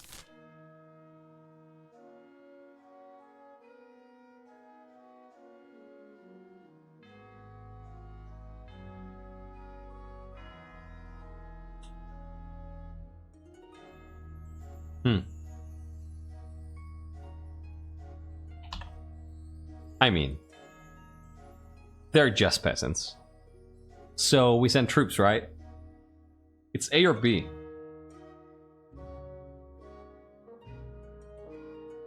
For her, it's definitely A or B. Nah, you were a peasant.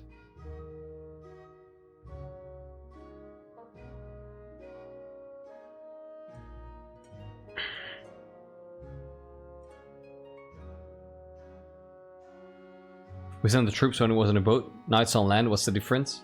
Good point.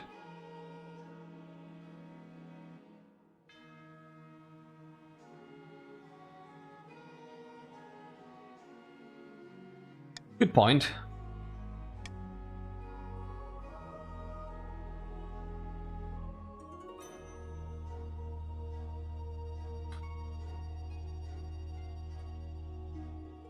Good point.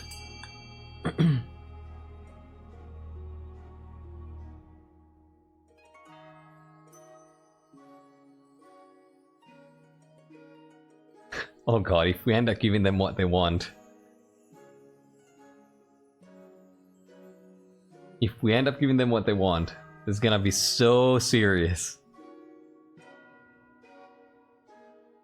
It's really gonna depend on what the grandees vote here.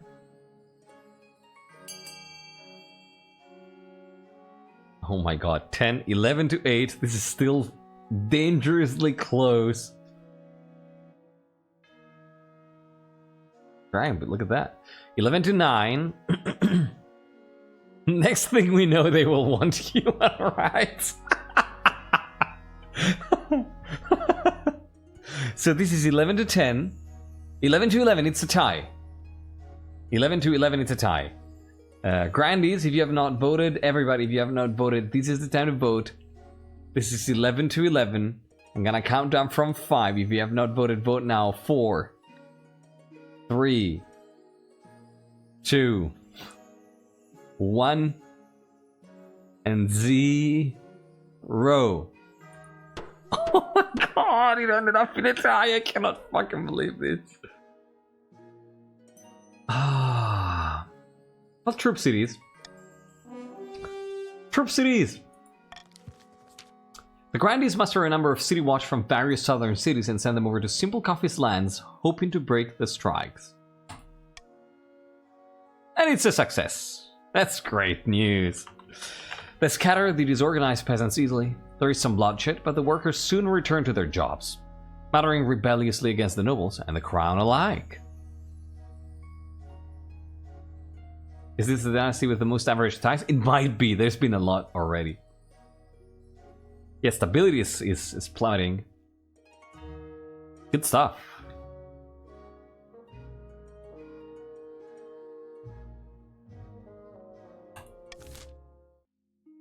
Fitting for an uprising, right? I love it.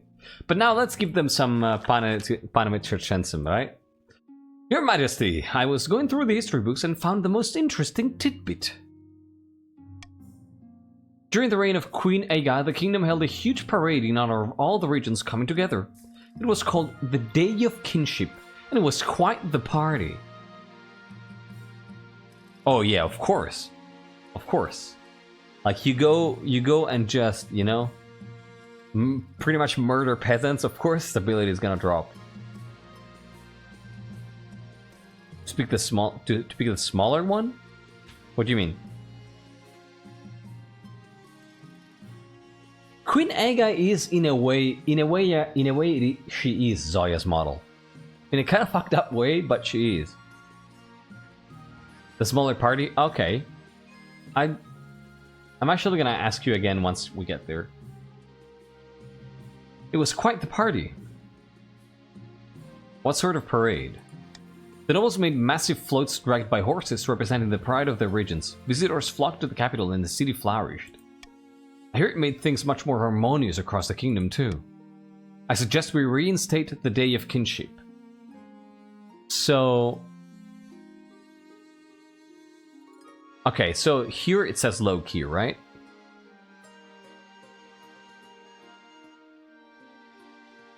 Yeah, okay. yeah, option 1 doesn't really... Yeah. Even though A could be a political move, right? The idea of... Like, she probably feels that the peasants are not on her side?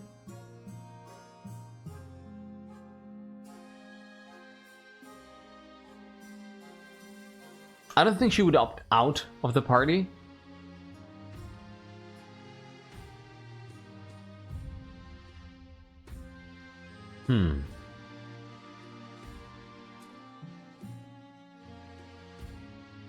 This might be super expensive. But I have a feeling... So, like, does this necessarily end in something super silly? Option A.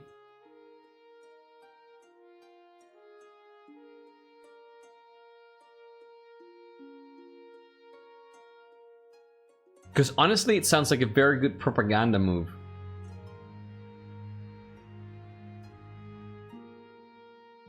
I don't think she would mind.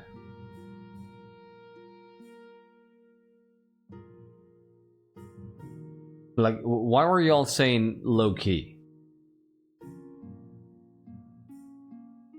You can choose to stay sober during the party and that makes you not be insane, if I recall correctly. Okay.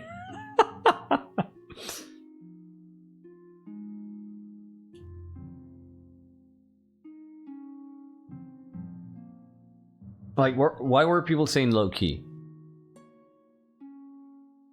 It ends in dancing or drinking a lot or going home to the palace early and leaving the capital to party. Okay. Low-key party is with the advisor in the castle, the other one is with the nobles. Okay. As in the parade one. Yeah, that sounds... Like, leaving early sounds pretty much like Zhoya to me, right? It's like, okay, I set up this nice party, now you all have fun, think fondly of me, and now I'm gonna rest. Disco Elysium playthrough. Like, the fact that it says we've got the funds, I don't think we've got the funds, makes me think that this is gonna be expensive, but I don't particularly care.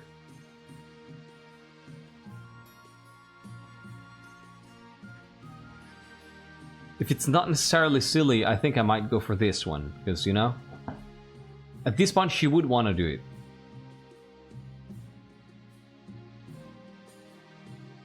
A tipsy orgy, what?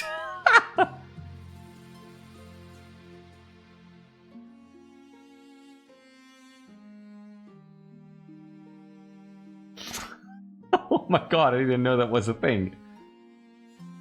I think she would do the political move here.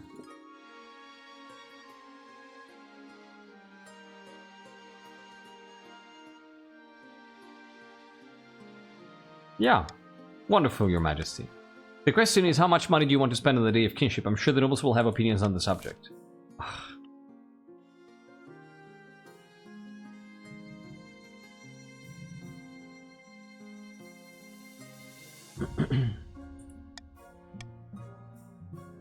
Yeah, this sounds good.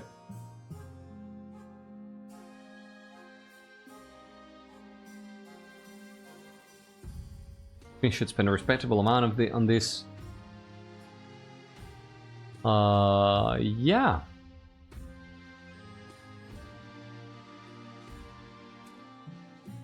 I think so.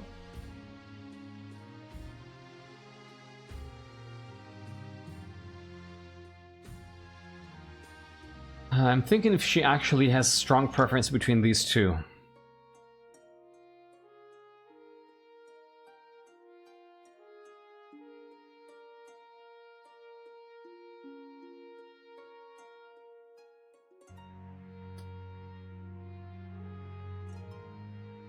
Yeah, I think she would go with A.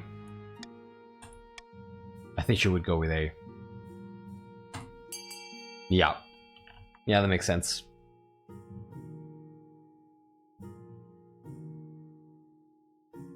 Oh, wow.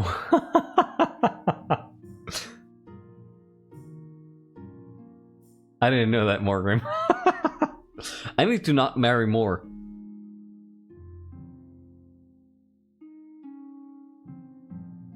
I need more. I need a partying dynasty. 8 to 6 is actually close. The advisor marriage, I remember. So if you haven't voted, this is the time to vote. 9 to 6, this is pretty close. Counting down from 5, 4, 3, 2, 1, and 0. 14 to 6. Alright. Let me spend my money. The treasurer looks worried but scribbles down notes. Steel talkers, contortionists. Excellent, I'll make the arrangements directly. She and the Chancellor leave deep in conversation. Soon word of the day of kinship spreads all across the kingdom. Guests are already planning their outfits. Alright. Yeah, no, I don't think we went for the low-key one. Oh, auction time, y'all. Auction timey. So, your options are... let's start the auction first. Auction starting in 3, 2, 1, 0. Exclamation mark fund followed by the letter of the building you want to fund, followed by the amount of money you want to spend. Your options are raising faith for the counts with A, lowering military for the counts with B, lowering faith for the grandees with C, lowering stability with D, which would be quite dire, raising farming for the patricians with E, and lowering authority with F.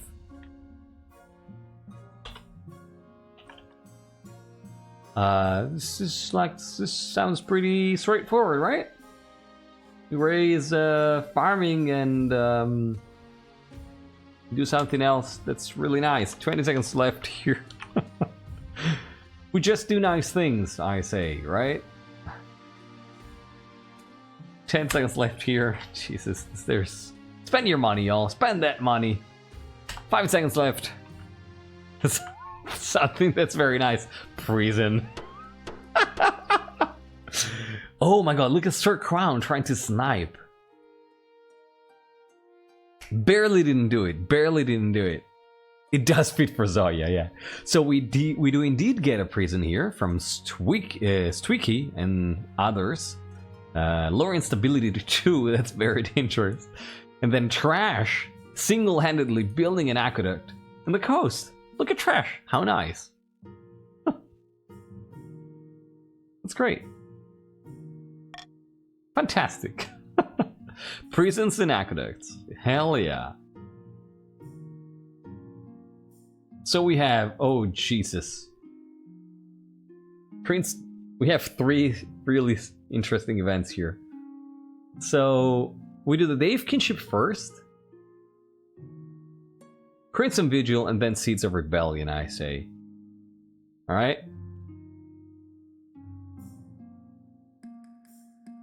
Yeah, let's do that.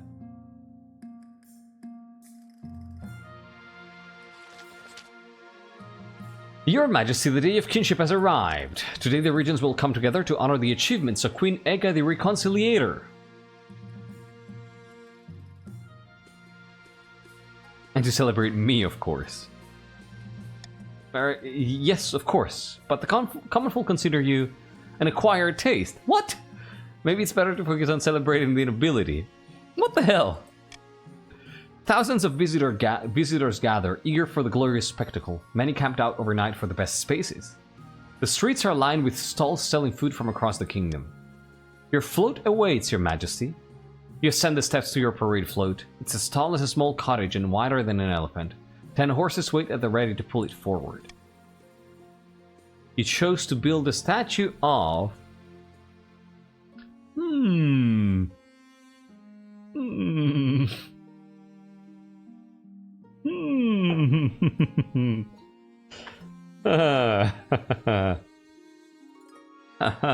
I guess what we're doing here. Hard to tell what Zhoya would choose. Right? Right? Oh my god, I actually know what she would choose. She would choose to put a statue of herself and her wife. Oh my god. That's what she would choose. I'm actually crying now. Oh my god.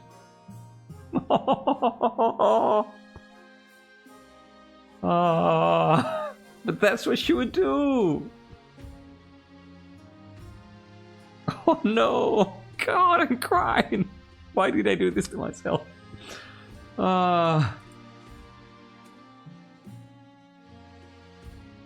Should probably do it. Oh no.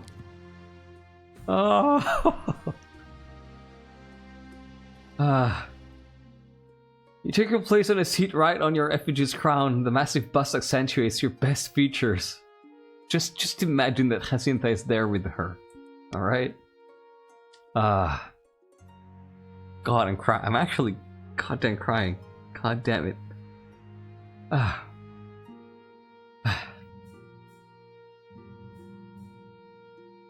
Yeah, right? Like a double statue, and she's probably sitting in between. A Yuri parade, yeah. The horses drive forward and the crowd roars.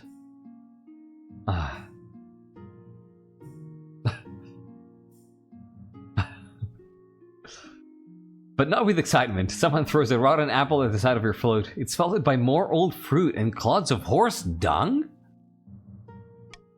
Your drivers hurry the float along as fast as they can to save you embarrassment. As you make your way around the capital, the other floats follow in your wake. Upon the eastern floats sits a model of the Black Spire, the tower originally built by Queen Xenia. Actual literal trash and the other Cape Counts stand around it, and each holding a flaming torch. None of them look particularly festive.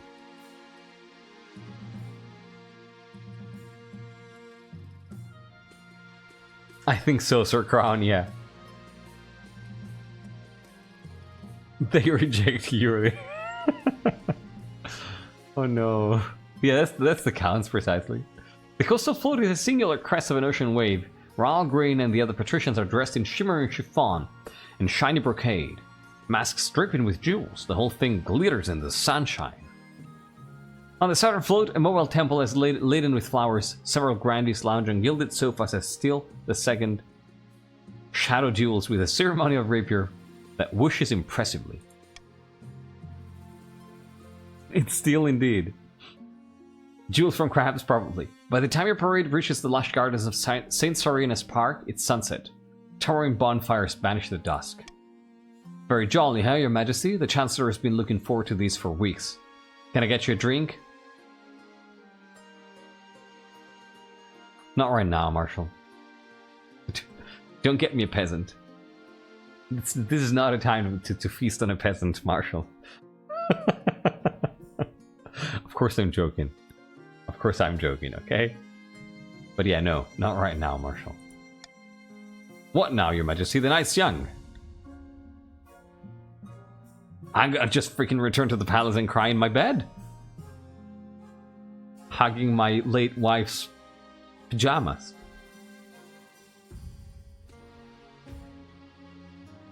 To be fair, if peasants threw rotten fruit on the float I made for my wife, I'd actually burn down their houses. Guess what Zhoya is thinking right now?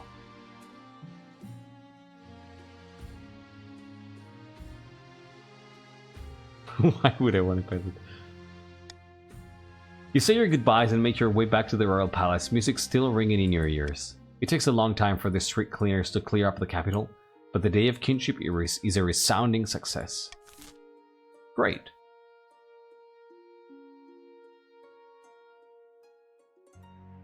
I want to ascend her so she can beat peasants up forever. Not a body pillow, no. No. No, oh god, no.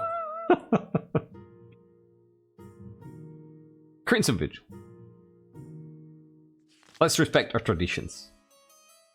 The Crimson Vigil takes place in a bleak castle atop an eastern hill. Your journey takes weeks and your baggage train keeps getting stuck in bogs. Guests at the Crimson Vigil compete on who can dress in the most ghoulish and frightening costume. What did you dress as?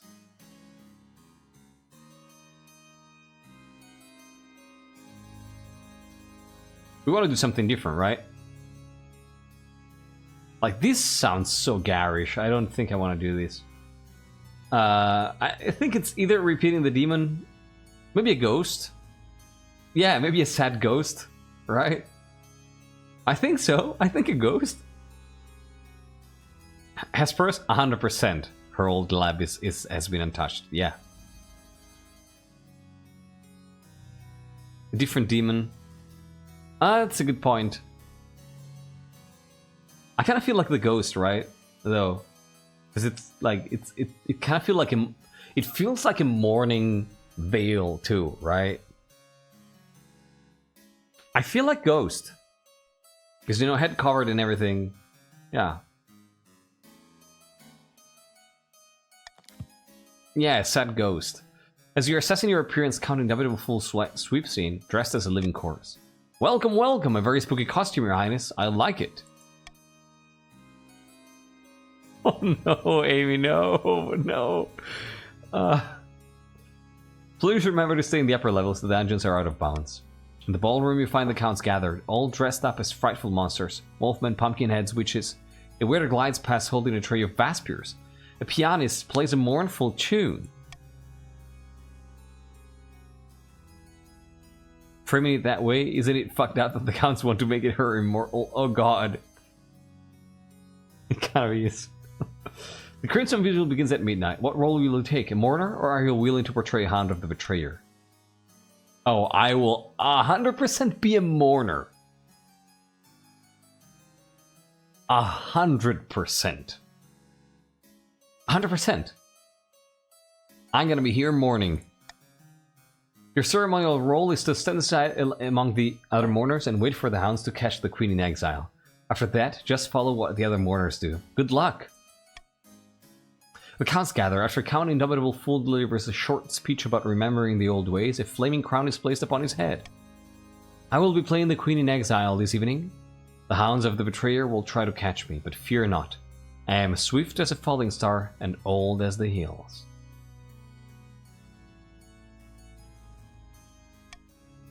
Stand among the mourners.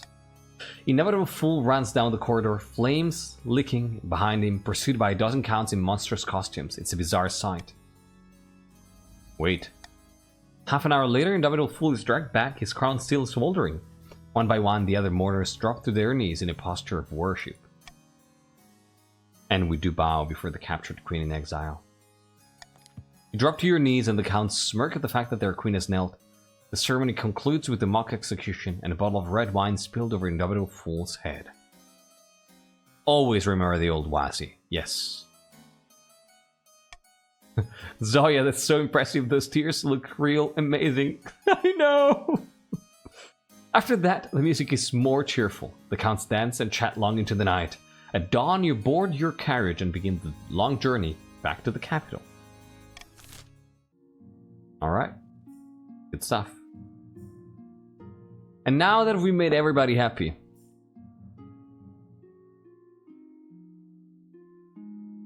looks like the exile is always caught if the monarch is a mourner. Really? Oh. Okay. Seeds of Rebellion. That's the fifth peasant I've had to hang this week. And just like all the others, she was trying to steal our gold and give it to the poor. Pah! What do they need with gold anyway? Everybody happy. They only skip if you're a hound. I didn't know. That's cool. Everybody's happy except if you're a Zhoya, yeah. Something is amiss, Your Majesty. Someone has been stirring up discontent among the peasantry, and I have reason to believe it is the Grandees. Why would the Grandees stir up trouble with the common folk? A peasant's uprising is trouble if not de-escalated quickly. The Grandees will capitalize on the instabilities to install Sacco as king. So we kill a few more, put the fear of the ninth into them. You misunderstand, that is exactly what the Grandees want. It will cause chaos. Just realized both of Luther's daughters have tragic love lives, oh no.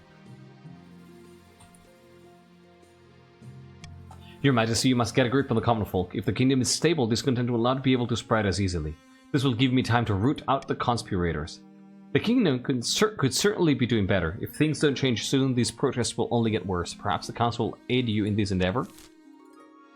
Well... let them riot.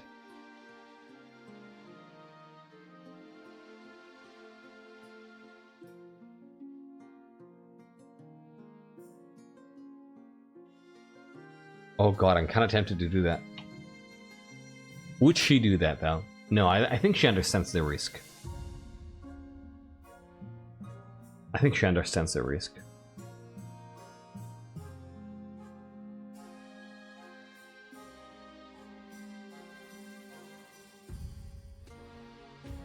Yeah, I think she would go B.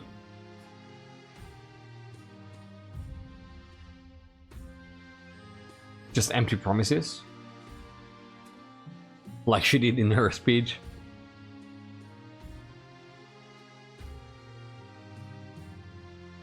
She'd only kill them if she could make them think it was her enemy's fault.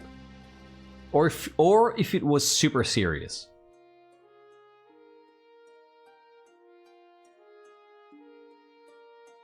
Promising something to them but never delivering is probably more distinct than letting them run around. I don't know. It buys time, right? I think I'm actually gonna veto C. I think she's very... Like, if she's been ruling for over 15 years, like over 30 years if you think about it, it means she's very politically savvy. She understands the risk. She doesn't want to run a risk.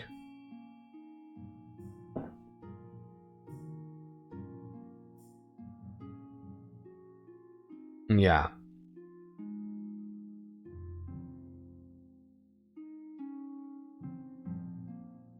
What did Bond say?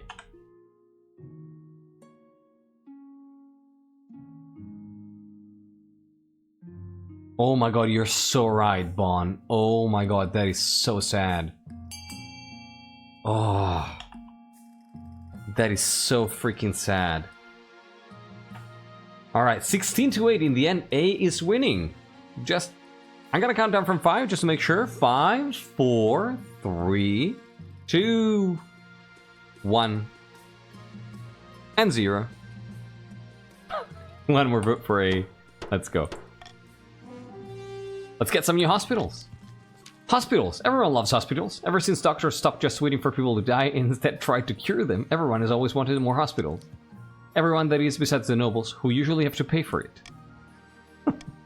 But why should we have to pay for them? They're workers. I mean, I kind of agree. Back in the south, Grande Tialis has met with his co-conspirators once again. Wine has been passed around in good measure, and it seems spirits are high. We've done it again, my good friends. The peasants are in uproar. Riots are commonplace across the kingdom. I foresee no negative consequence of this.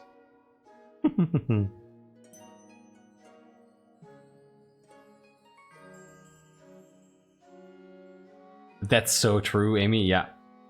Oh, it looks like we have an ad break. So for the sake of the people who are not subbed, I'm gonna take a 2-minute break. Use the restroom. This is probably gonna be the last break of the stream. So yeah, 2-minute break. I'm gonna be right back. You use the restroom or do the thing yourself. Be right back.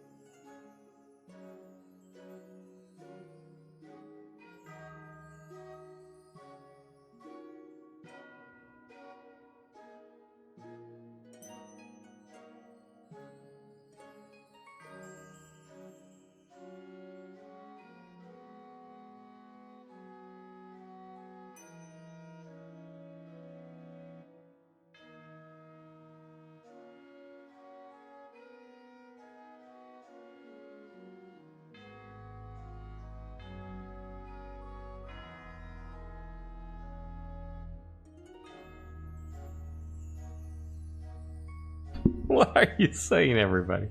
Welcome back and thank you so much for sticking around. What's that all about, chair? God damn it. So, where were we here?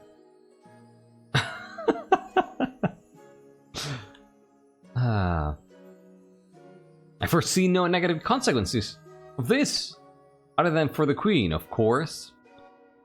Come on, come on, come on! Get back from your chair. Temporary madness, everybody. Grandies, we are blessed.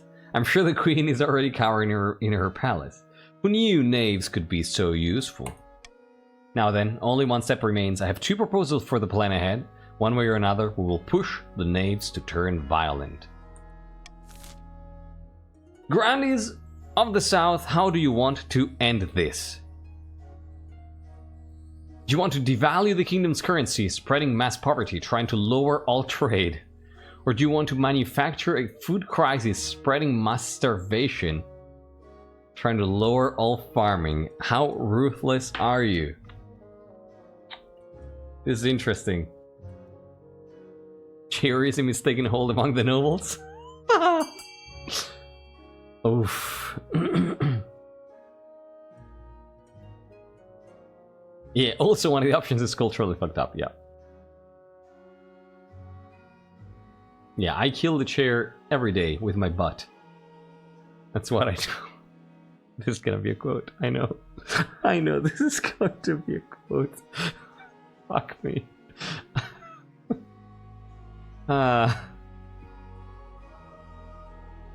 Well. Why do I talk without thinking?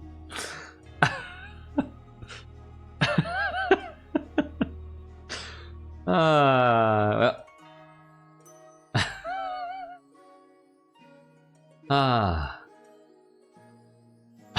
So. Is that how you miss? No, no, no. I'm not. Oh no, I was about to say it. No, no, no. That's not how. That's not how I kill the music. Let it be known that that's not how I kill the music.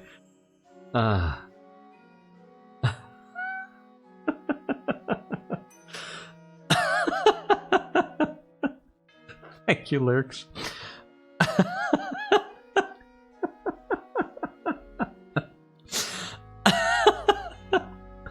Oh god.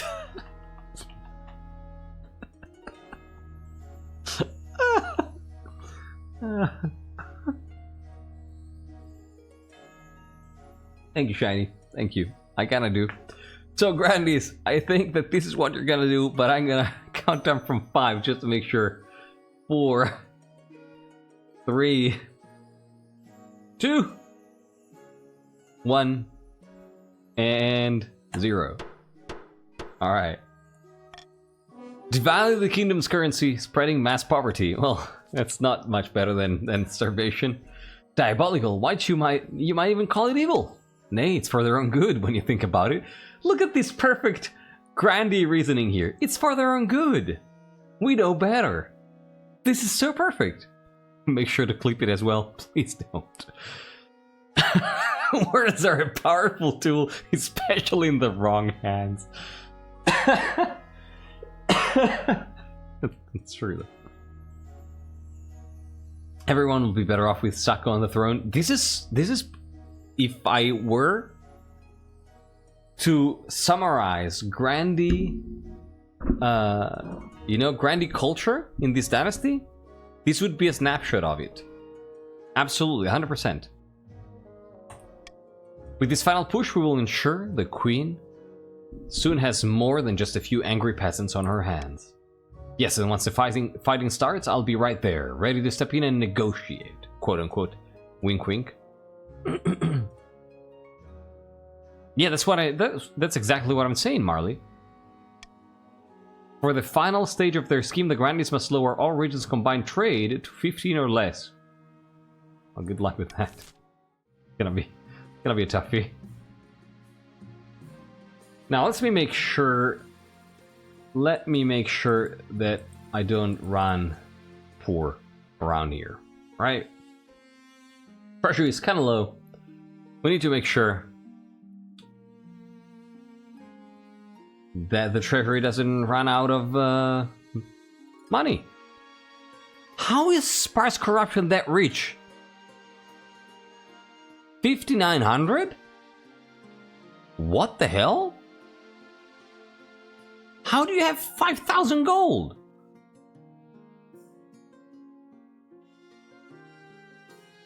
Wow.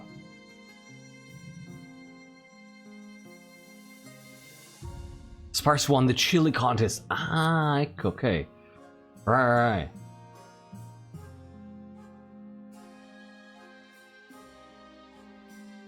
Or if you know, $300 money dollars.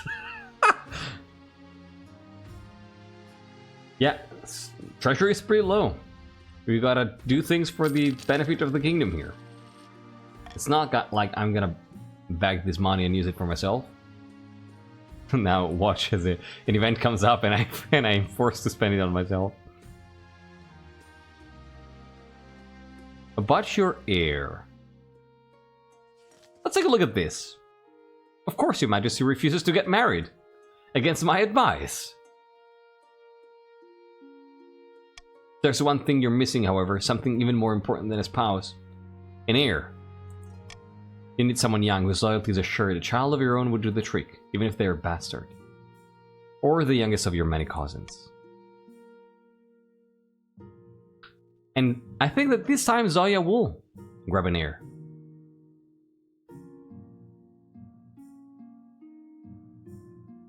I think we will get an heir.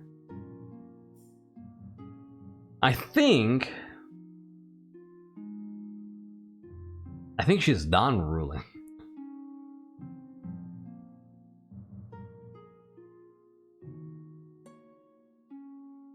Hey, Pats want to rebel together with your very large gun. It's gonna be her cousin. Her youngest cousin. Of course, an entirely sensible idea. I will make the arrangements at once.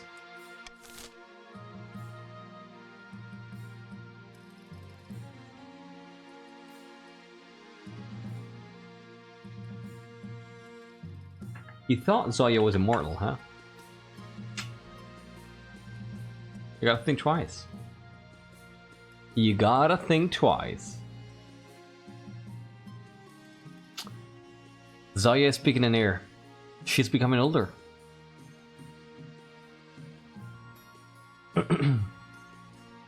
This is a low reason why the revolt did not go through. We worked towards it until we discovered they are giving the throne to the heir. It's not too late, that's true. She might be soon.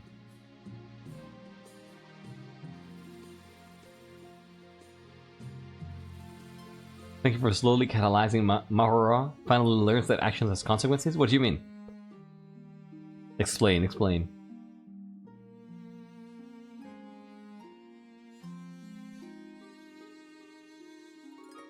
Alright, pry nice. Yeah, right? She thought she had more time. She thought they had more time. You might be giving him incentives to feel sympathy. Oh, okay. Your Grace, you are of course the greatest queen of this century. Thank you, Amy.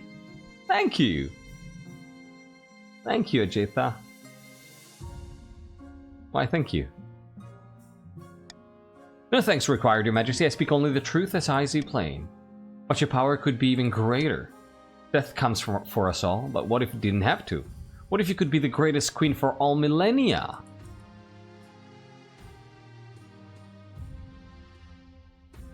Well? Well? I won't lie, that sounds delightful. How delightful, Your Majesty. I think we may be of one mind, and I believe you are strong enough to take the opportunities I hold. I can arrange more meetings so that we may discuss this matter further. The door bursts open. Ah, so she got to you first. No matter.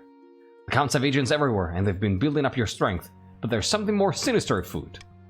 Their ultimate aim is to recruit you into a cult of immortal blood drinkers. What a tale! All we want is to help the Queen. They have been helping me a great deal. Countess Amy shoots you a quick smile. The High Inquisitor looks furious. This is heresy of the highest order. The Council must know. Force the monarch to officially refuse to join this cult. Prevent the Council from seeking private audiences with the Queen. I have to roleplay this, right?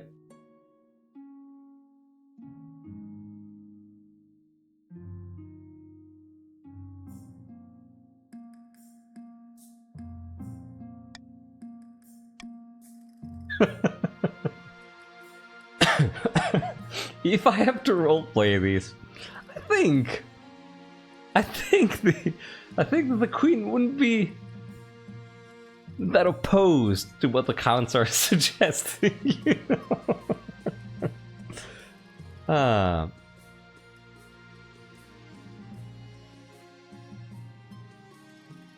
You know? I'm just gonna say this.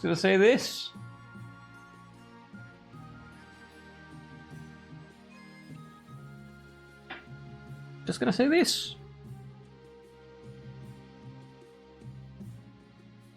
Didn't you just say she wants to stop ruling? She might have had second thoughts, you know? She didn't think she would have an opportunity, you know? She's now been put in front of a situation in which she might be able to keep ruling. You know, she's like, it's not that she doesn't want to, it's not that she wants to stop ruling, like, it's that she's realizing that she's getting old, you know? And becoming old means that now she actually has to pick an heir, right? Because to guarantee continuity to the kingdom. Like, she didn't pick an heir, not because she didn't want to step down at all, but because she thought that she still had a long time to rule. Yeah, and now she's like, I can feel myself getting old, I can feel myself getting restless and you know, having less energy, less strength to deal with the daily challenges of running a kingdom. Now it is fine, I find an heir. And then the counts come in and like, but what about, if, you know, what if you didn't have to, what do you think? And now it's, second thoughts. Second thoughts. Prevent the counts from seeking private audiences with the Queen, okay. 15 Dragon Pit. Somehow your schedule becomes chock full of nobles demanding your attention. Your Majesty, sandstorms have been sweeping across the southern farmlands. There's bound to be a crop shortage next year. Oh no. Never mind that one of the best boat builders on the coast has died, and the patricians are trying to decipher her notes. They make no sense at all. Who gives a shit? More and more visits take up your time. Some important, many decidedly not. You have no chance to speak to the counts at all. You're dead? What? Mysterious ship. Your Grace, a shipwreck has appeared on the edge of my estate. Reverse loyalism. The Queen is so loyal she pursues the Eastern scheme. I mean, yeah, from losing the scheme, oh shit. And it's not even from the east, its name is the Serafina, and it bears a southern flag. That vessel went missing a few months back. Hey, Sir Crown! Happy to make your acquaintance. We feared she was lost at sea. Well, she's been found on land, right on top of my favorite picnic spot.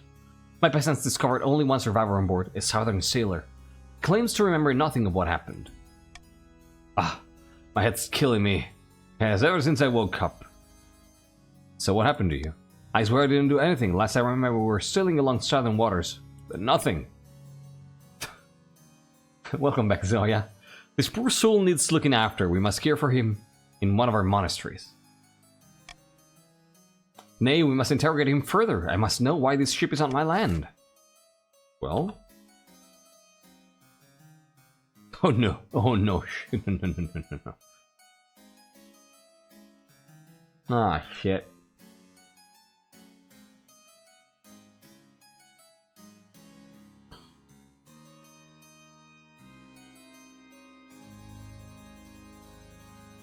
Counts should hire adventurers to investigate the wreck.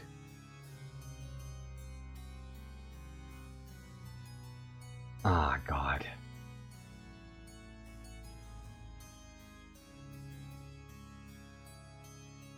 So, Moldor Way, no. This, no. Monastery. Actually, Spade Scholar is the thing that I would like to do. God damn it.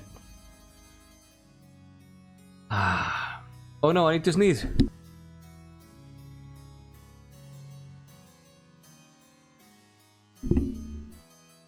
He's just a peasant. But there might be some useful knowledge hidden in this tale. So I think that she wants to find out. To the monastery for his for his safety, we take care of our people. Just ignore the last protest. But yeah, no, she's curious, right? She's an inquisitive mind. And she wants to know more.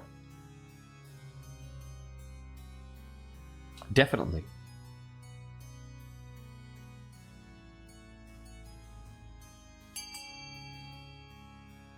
Vote, everybody, vote. Vote, vote, vote, vote, vote, vote, vote, vote. Counts, where are my counts?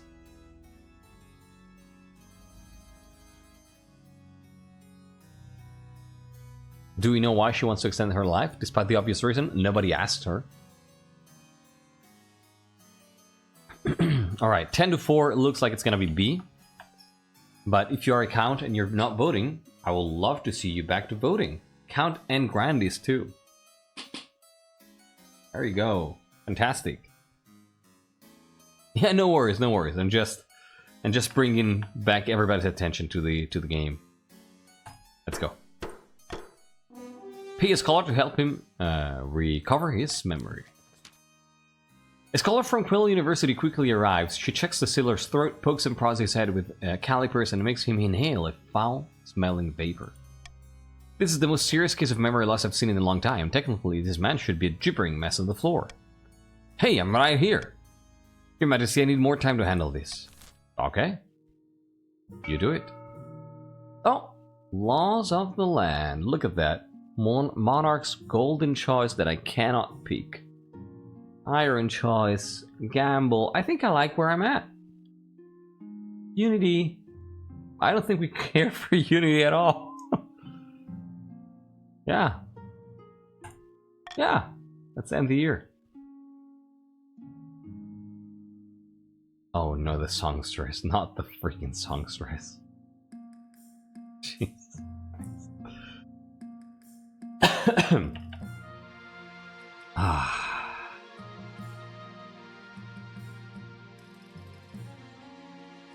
Let's start with the deceased. The elderly Countess Yolanda, the cousin many times removed of Countess Hesperus, died in her sleep last week. She was nearly 90, would you believe? I'm sorry, friend of yours. Not at all, Your Majesty. She was very wealthy, however, but she would have spent more time on her accounts. She died without a will, and the nobles are scrabbling for her estate. Countess Yolanda was my relative. I wrote to her at least once a year. Of course the estate should be mine. My late great-grandfather used to play backgammon with her. What? He swore she intended to leave it to our family. That's bullshit. You're a light blood. By Xenia's ashes, that's a pitiful claim. It is. It absolutely is. Iron choice on Hesperus.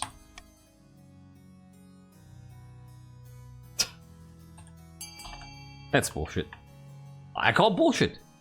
I call bullshit. No, guys, I swear. No, I call bullshit.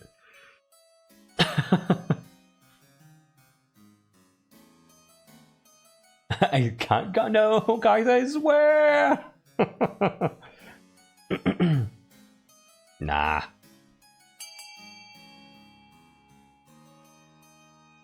Claim the estate for the treasury. Look at that. You want to make me rich? I'm not gonna complain. I think you should go to Hesperus, but okay.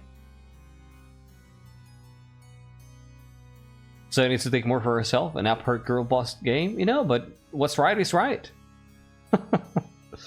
Alright, 7 to 9. I'm gonna be counting down from 5, 4, 3, 2, 1. And 0. Alright. Thank you for the gift, everybody. I appreciate that. The treasury is delighted. The nobles are far less so, even though they decided it. Wagons quickly roll in from Countess Yolanda's estate laden with expensive fur coats, old chalices, and antique ceramics. All these new riches crowd the treasury, but give it a charming atmosphere. You trust the situation is resolved. Of course, why wouldn't it be? And now let's... God damn it. And now let's do the songstress. What could go wrong? Your Majesty, a bard who calls herself the songstress has been making waves in the east. I want the cursed items. Oh, you can have all of them, don't worry. Her performances are attracting huge crowds, so huge that there have been brawls and stampedes as people push closer to the stage. There have been no deaths yet, but it's only a matter of time. With every concert, the riots get worse.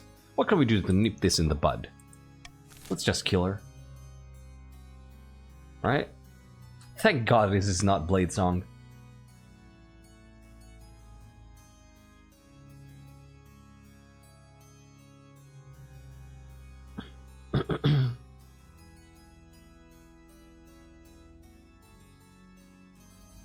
I mean... I'll say ban her from performing. Yeah. Yeah. Do we actually think this is important? I mean, it's a commoner playing music. We just ban her from performing, right? Wow. Patricians have very strong ideas on music, apparently. This is not Blade Song. This is not Blade Song, patricians.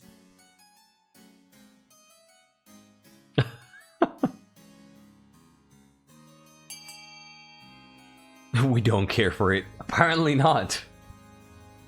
Wow. There's also one single trash man here who doesn't care for it.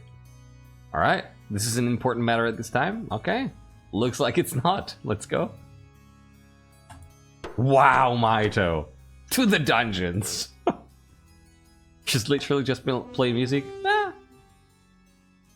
Bad scare about one thing, it's begun. Not wrong.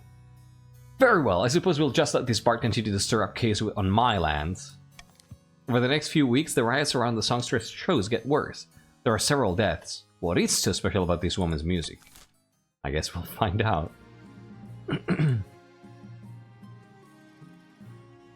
Yeah, what's the worst that can happen, right? Falsely accused. Edonia, hey! Your Holiness, I bring bad news from our newly constructed prison in the south. One of the prisoners, a murderous rogue by the name of Cheddar Spurt.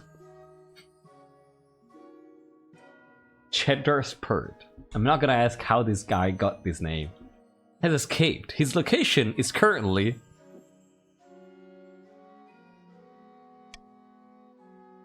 The double doors bang open, a grubby-looking peasant strides into the council hall escorted by an anxious watchman.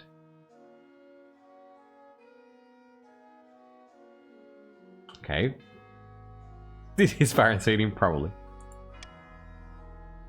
In this room? Sorry, Your Majesty, he said it was urgent and he was pretty persuasive. Your Majesty, I swear I am innocent. Grandy Edonia threw me in prison and trumped up charges, simply because I said I didn't like their hat. He has done so much bloody murder. God damn it. Your Majesty, I have no idea what this fool is talking about.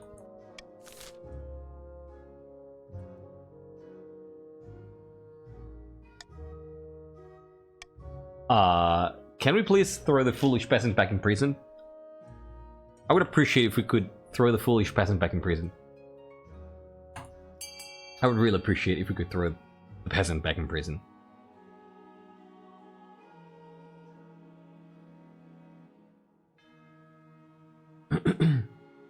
This is my good friend Bree. No, I don't think we will. Oh, of course, you're a patrician, right? Yeah, of course, of course.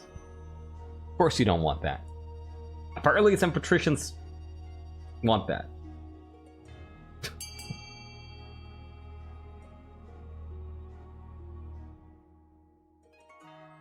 Yeah, I think they've given up on authority. I think they're looking at stability, Electri. I think that's what they're looking at.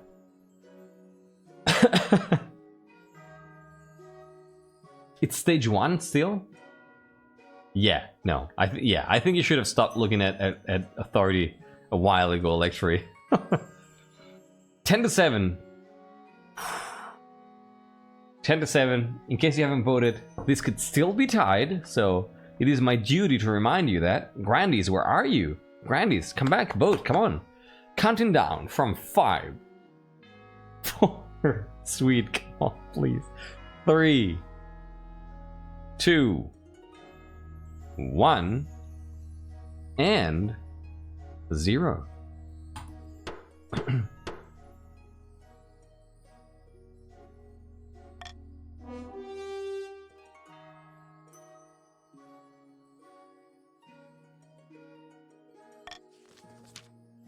Mozzarella blast sounds really good. It's a bad hat. I shouldn't go to prison for speaking a simple truth. The hat looks stupid. One more bad word about my hat, knave, and I'll kill you myself. I don't have very strong opinions on hats.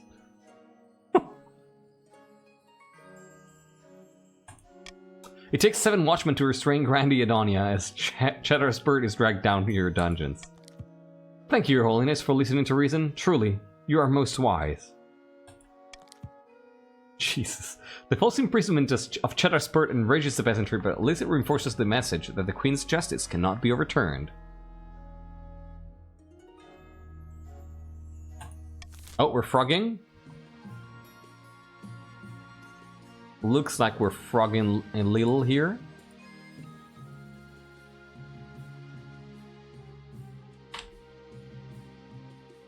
We're frogging? Try refreshing. Try refreshing, y'all. Sometimes that could help.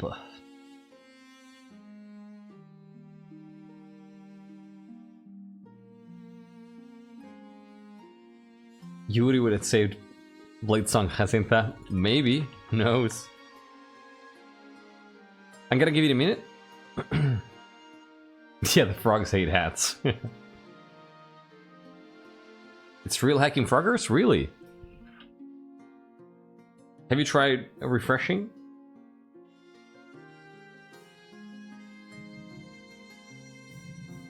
You made it worse? What?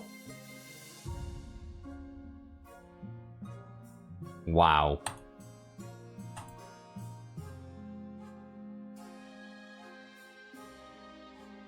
Let me see here.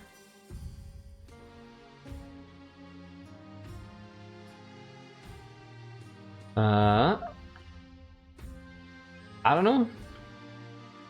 Yeah, we're down to 1 stability. Still frogging about. I'll give it 1 more minute before we continue. I don't know. It doesn't look like it's on my end. I'm not losing connection so far. Like, see, the game is stable, so that usually means that it's on Twitch side. Like, when it's on my side, I usually lose connection to the game. So, is it getting any better? It's been a couple minutes now. So,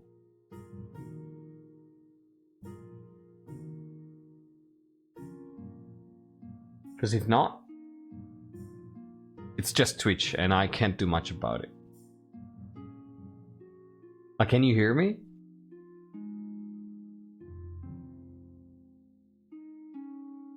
Y'all?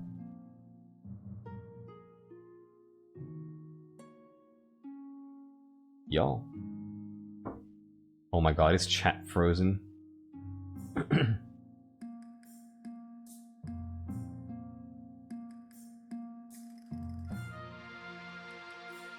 Oh, chat was frozen. There you go.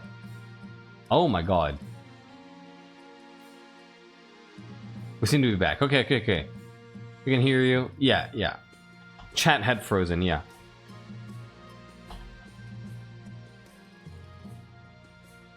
Let me refresh it. Welcome back. Oh no, my overlay is frozen. God damn it. So I'm not gonna be able to see chat unless I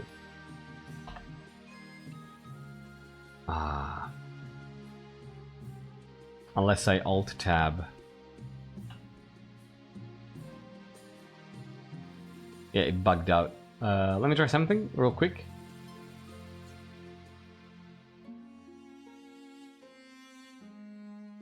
This sometimes helps.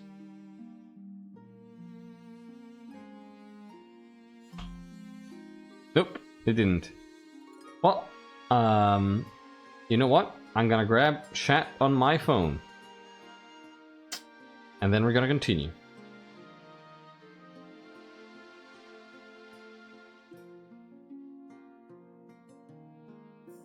Oh, actually, yeah, I think that's how I want to do it, right?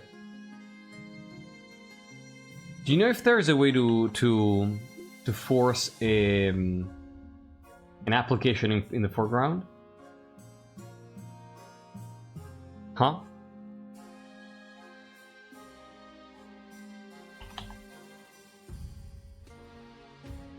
Shiny? Do you know? Because like if I pop up my chat and put it in front of my, you know, and put it as a small pop-up in front of the game. Oh wait, it fixed itself. Never mind. It fixed itself. Fantastic. I just realized that I was asking you this stuff and you were answering, and I was saying it. Okay, we're good. Let's continue. Thank you for sticking around in spite of the technical difficulties there. Oh, there you go. Never mind. God fucking damn it. So it was both Twitch and me. While playing a game of chess in an austere castle, two counts of the East discuss their schemes against the crown. Yeah, like force it in front, exactly. But yeah, if you know a way to do that, that would be still good to know. Oh, you don't have to join again. Even if the extension is bugged, it's gonna fix itself, and you still count as if you are in the game. So don't join. It's okay. While playing a game of chess in an austere castle, two counts of these discuss their schemes against the crown. How delightful! The queen is drunk with power. She's mandated statues of herself be built in every major city. Our sculptors are doing well, I hear. Better still, it means the time is ripe. But I was thinking, should we really show the queen the true secrets of our group? I thought that was the point, immortality and all that. Yes, but those secrets are meant to be, well, kept secret. What if we pull the wool over her eyes? Yeah, statues of herself and her wives. Well, what do you want to do, Counts? Do you want to plan a false immortality ritual for the queen that will kill her, trying to lower your own defiance? Or do you want to induct the queen into the real secret society of immortal blood drinkers, trying to raise your own farming? These are both viable. Would Zhoya even want to live forever without her love? Good fucking point. I don't know. I actually don't know. If so, I don't think it would be pretty.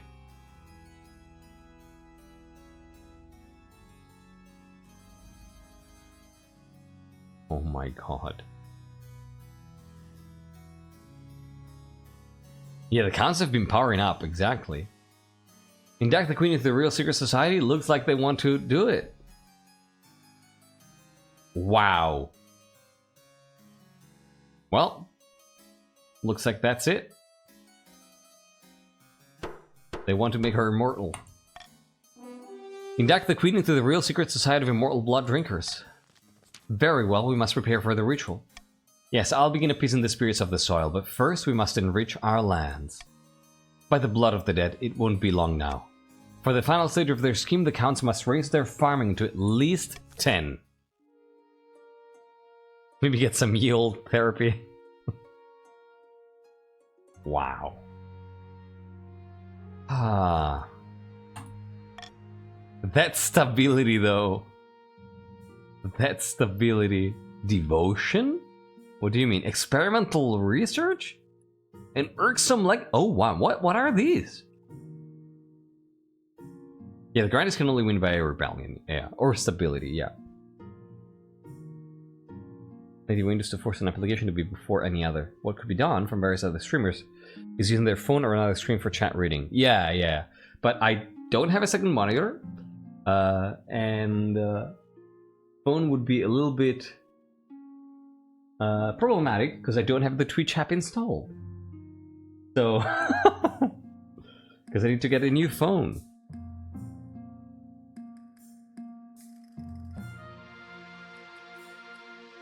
Yeah, it looks like that's the case, Morgan. So, oh, that's good to know, Shiny. Thank you.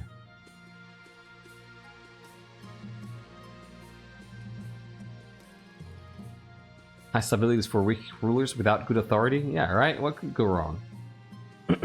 Oh no, I'm gonna get a new phone next month at the end of the month. Don't worry. Like this phone. 7 years old. This phone is 7 freaking years old. So it's time. It's been time for some time, but I'm gonna get one at the end of the month. It's decided already. It's always on top utility from Power Toys. Okay. Do you mind linking that to me on Discord so I have it at hand, in case I need it? Thank you. So. What type of phone? I don't know. A Samsung something. I don't care. Something that doesn't cost too much. That came out in the last 2 or 3 years. Like if I can get something from last year that doesn't cost too much, I don't care for the model. So, you meant my old one? Oh, it's a Samsung something. It's from the J series. It doesn't even exist anymore. So yeah. It's like J something 2017. MrKaji tech streamer? Yeah, right? Definitely not me. Like, that's how old it is. It doesn't even exist anymore. No, Edonia, don't worry. That happens when there is a disconnect, but you're still in there. It's gonna fix itself in a few minutes.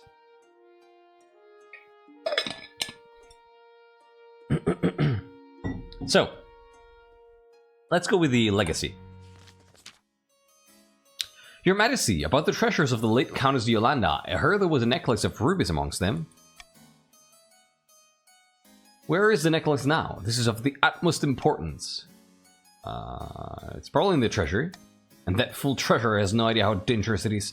By the 9th, a frail monk in the 7th century wrote of a new ruby necklace that drove those around it to sin. I believe the late Countess Yolanda had it in her collection. After all this time, it may have surfaced. This proof seems flimsy. The High Inquisitor draws herself up to her full height and fixes you with a steel glare. You doubt the word of a 7th century monk who was known for his wisdom? The necklace should be destroyed. It could be tested, but the holy reagents will be expensive. You call the council to discuss the situation.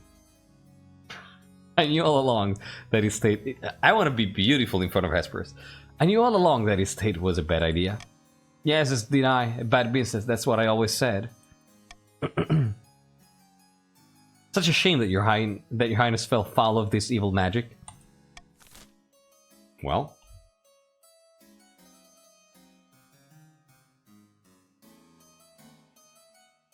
I'm not gonna hand it over. I kinda want to ignore the Inquisitor's concerns here, to be quite honest. You know what? I want to do it. Fuck it. I don't care about the High Inquisitor. I don't care about the High Inquisitor. Yeah. I don't care. Yo, I don't care about the High Inquisitor. What does it matter to me? What do I care? Why would I care?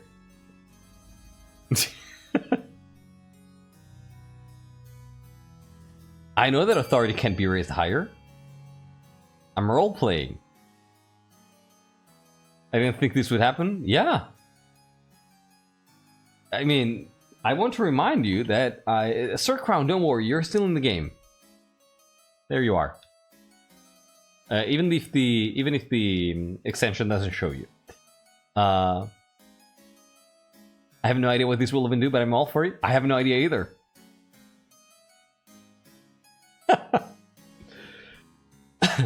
Kate, hey! Imperial Kate! I hadn't seen you. Happy to see you. After almost 40 years of trying to defeat Zhoya, High Inquisitor Hyacintha has finally realized the wonders of reverse psychology and that whatever she requests, Zhoya will oppose even to her own doom. But yeah, y'all, like, I'm not kidding when I say I don't care for outcomes. Like, I roleplay. I will pick a 0% if it makes perfect sense for the Monarch.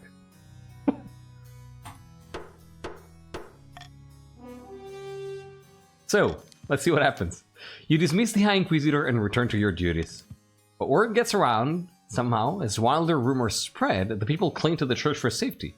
The High Inquisitor denies letting the story out. Fuck! Some even say that the necklace has possessed you and taken over your soul. Your every decree is studied carefully for hints of demonic influence. Oh shit! It's actually happening! Oh my god! But now, let's be honest here. Let's be honest. If this is how it ends, isn't this fucking perfect? If this is the reason why it ends, isn't this narratively amazing?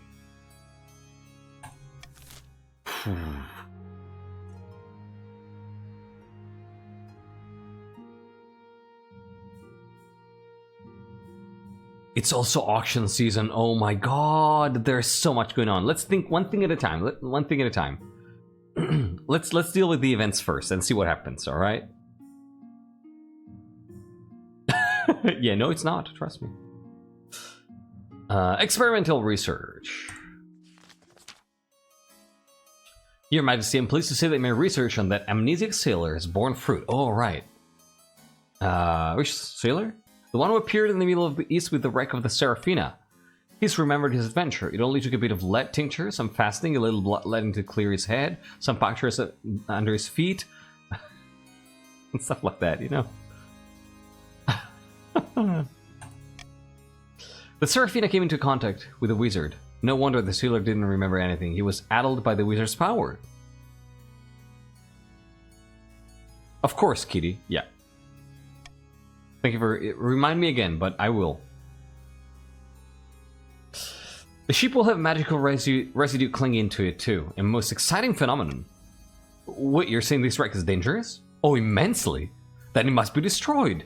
No. It's vital that we investigate this phenomenon. We might never see its like again. I agree. Send freaking scholars. Immediately. Send freaking scholars. What's the worst that could happen? Why would you destroy it? No. We need to investigate. I am a Bunworth, for heck's sake. I want to acquire knowledge about things. Who'd you take me for? Yeah, vote B for science, exactly. I'm a Bunworth. I will never let an opportunity for knowledge just go to waste. Especially something like this.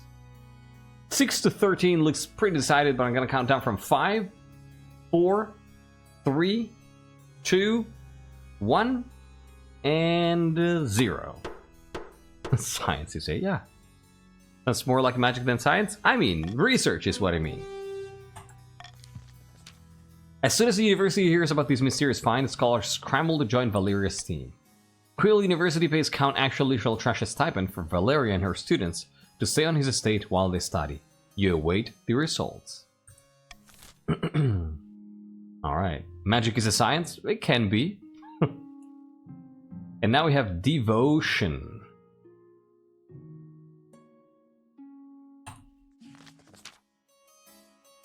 Your Majesty, ignore everything I said. Oh, right, the fucking songstress. Oh my god. Your Majesty, ignore everything I said about the songstress. I was completely wrong. I hired her for a private performance to see what all the fuss was about. And by the blood of the dead, I've never heard anything so beautiful. I was so moved, I immediately gave her all my money and the keys to my keep.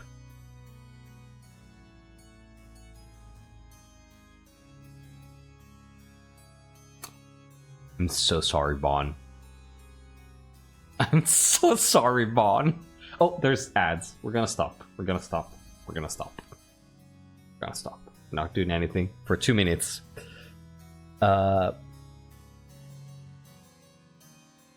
Wait, the actions of our past are consequences? Incredible, right? Oh, shit. Yeah, and that's right before the auction that you lose your money. Oh my god.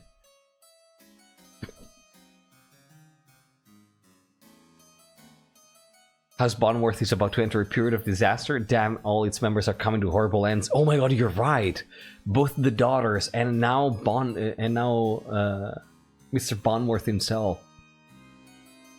Wow.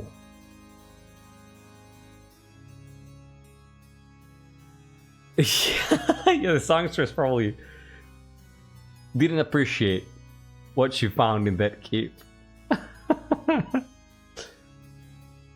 We're frogging again? What the fuck?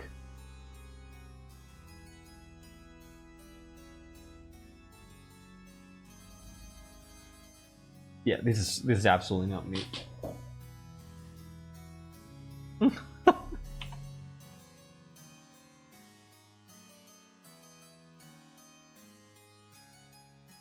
My ad is frozen. Oh my god.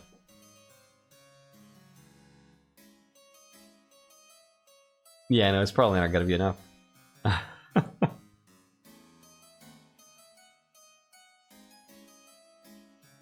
So I'm gonna give you the... Oh, I'm gonna use the opportunity to remind you not to run away once we finish the episode, right? Remember that we usually take a look at the post-game screens, and then I wrap up the episode and say, oh, see you in episode 4. After that, after we've gone back to the main screen, don't go anywhere, because I will need you to rejoin the screen like we did the game like we did last time, so that we can then fix the events and edit them for next time, alright? So don't go anywhere, even after I'm done wrapping up the stream. And now I'll give you 30 seconds to refresh. Everybody refresh. If you're still frogging, refresh now. And we'll see how that goes. And even if you're not, just do a quick refresh. Count Luther Bonworth under a spell, his wife died. One of the daughters in a loveless political marriage. And the others lost the love of her life and about to be overthrown. The House of Royalty is the highest in the land. But that only means they fall the hardest. Oh, that's so sadly poetic, kinda. Good. Fantastic. If things are fine, let's continue. Wait, what? So she's living in our house now? Yes, I'm living in the servants' quarters now, but it was worth it to hear her sing. You simply must invite her to the palace for a performance. Your Majesty, this is deeply suspicious. We need to do something. We will.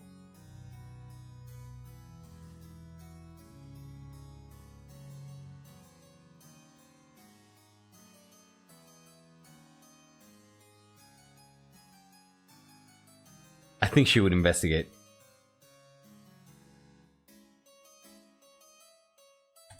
This is, like, after what she's heard, this is the last thing she would do. She would absolutely investigate. Yeah. She would absolutely investigate. She can figure it out probably and maybe won't get seduced, right? Yeah, we trust Shay. Shay's cool.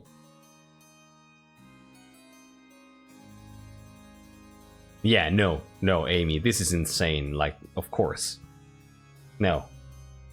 This is something very, very worrisome. And we need to find out more.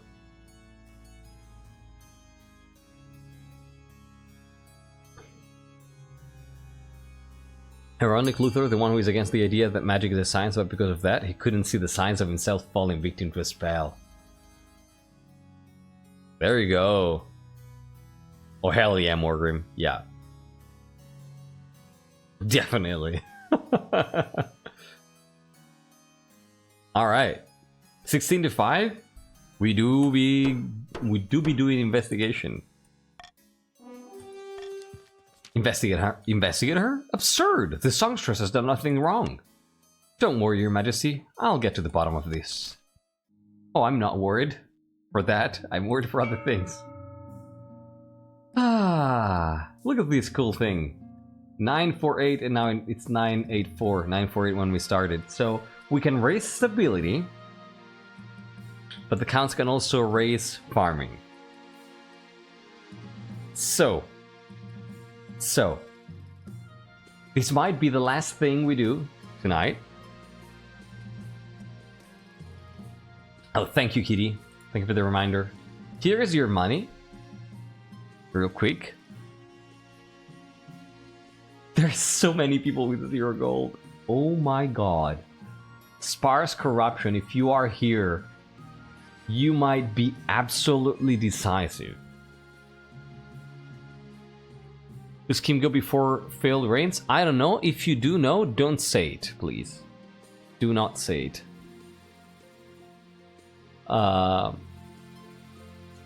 Wow. Sparse corruption is here. That money might be absolutely decisive right now. So if the counts want to get a win here, they gotta fund A, the aqueduct. If the others want to have a chance, they have to fund... So if they want the game to continue, they have to fund E and something else. If they want to end the game right now and go to a vote, yeah, if you want to go for a 0 stability ending, you have to fund something that is B, C, D, or F. So, yeah, exactly. One of those 4, 2 of those 4. If you manage to fund 2 of those 4, the game just ends, and we go to a vote. Alright? But if E gets funded, the game continues. But if A gets funded, the counts win. Alright? So, counts want A. People who want the game to end on a stability vote have to vote 2 options between B, C, D, and F. I see B and F being said in chat. B and F. So yeah.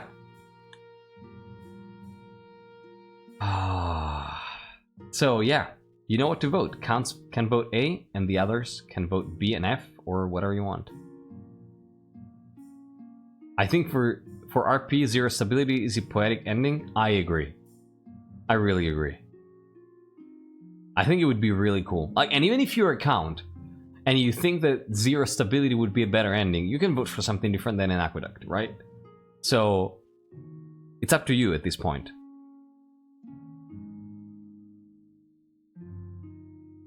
So, yeah. Just think of what you want to see here. Alright. Yeah, exactly. If you're a count and you think that Zhoya is cool, you can vote A. Otherwise, even if you're a count, you can vote for B and F, for instance. Alright. The fact that this count dynasty is built upon knowledge, and it's a library that is silent and resists to amuse me, right? Okay, let's start this in 3, 2, 1, 0. Exclamation mark fund, followed by the letter of the building you want to fund, followed by the amount of money you want to spend. Your options are A, aqueduct. There's a lot of money already on A. People funding F and funding E also. Oh my god, they want the game to continue. You want the game to continue. Oh my god. Where are the votes for other things? Yo, 30 seconds left. I'm gonna let you know when there's 20, and then when there's 10, and then when there's 5. 20 seconds left now. 10 seconds left now. No, that's not true. 10 seconds left. 5, 4, 3, 2, 1. What happened? Ah! A was funded. With a lot of money. Oh wow, there wasn't really much opposition. Wow. Wow, look at that. So Honest Sweet built single-handedly a stadium. And the other two options didn't get anything.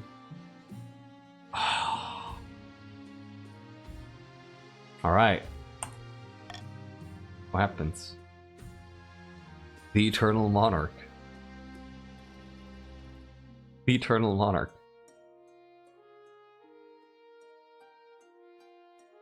Oh.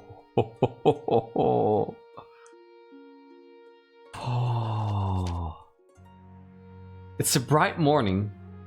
You're enjoying your breakfast when a letter arrives from Countess Northwind, inviting you to her keep. Encoded in the letter, you recognize a symbol of the Count's secret society along with a hidden message. Your heart quickens. In exchange for control of your throne, you shall live forever. This is it. It's time for your eternity to begin.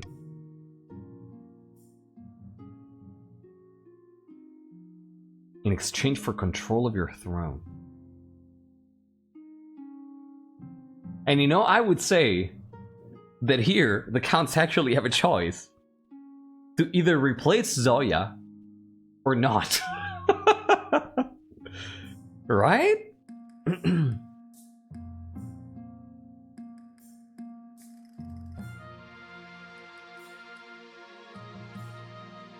But does Zhoya actually choose to go through with it and eternal life without Jacinta?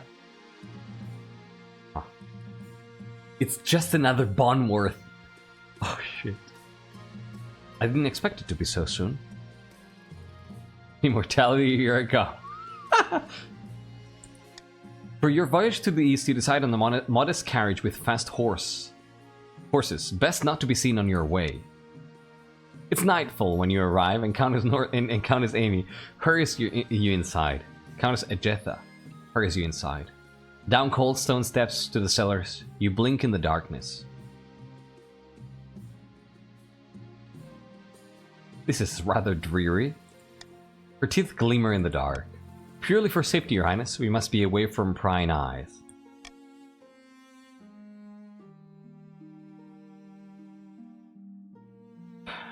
You follow her into a wide chamber lit with dozens of candles.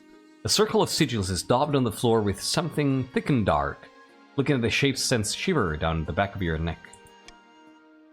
There's a strange quality to the stone as you walk. With each step it feels as though your foot is sinking. Yet when you look down, the floor is as solid as ever. Robed figures surround the circle. Their faces are hidden, but as they chant, their voices echo as though the chamber is much larger than it appears. Welcome, welcome, the spirits are with us this night.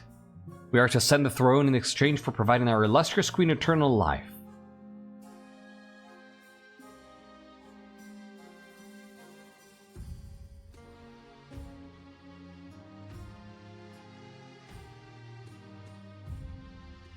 I'm not actually sure about this. Everyone gets jitters, Your Highness, but we're all right behind you. Ephra helps you into the middle of the circle. The hair on your arms prickles unpleasantly. The chanting rises as the counts pass a chalice, a gold chalice around the circle. Each one takes a sip. Count Ephra hands it to you solemnly. The chalice is filled with blood. Drink, Your Majesty, and be fortified. You shall live forever.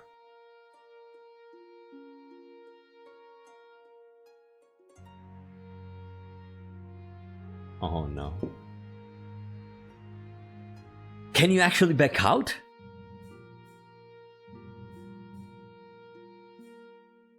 Can you actually back out from this? What? And what happens? No way. They just murder you, right? Yeah. It's not exactly fucking out. Yeah, of course. You just freaking die.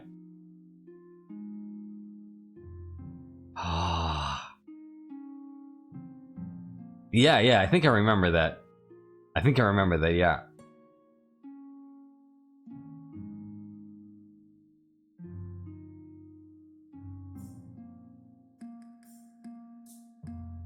I think she would play along.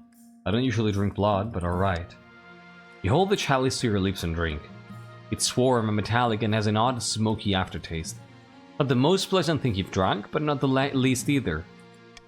As you stand there in the circle, your arms tingle, your head swims and you stagger. Stand firm, your majesty!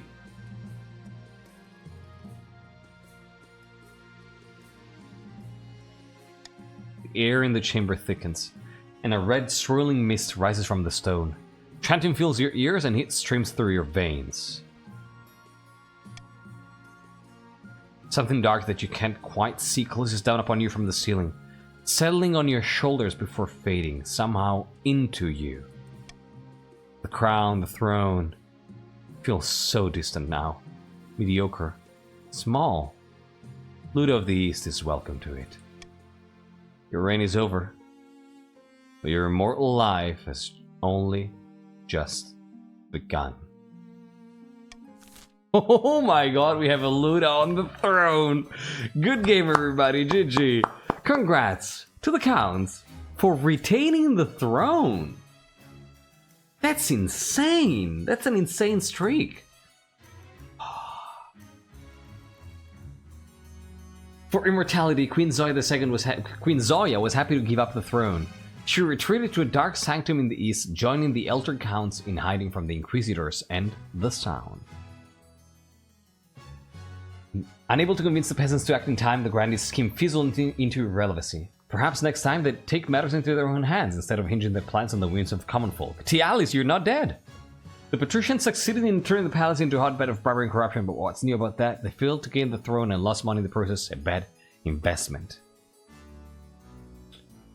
Before abdicating, Queen Zhoya made it very clear that Luda was the legitimate heir. The other nobles could never work out how the counts had pulled it off. Meanwhile, in the east, a secret society was expanded by one member. Queen Zhoya the Eternal. Can you believe that I wanted to name this episode The Eternal Queen?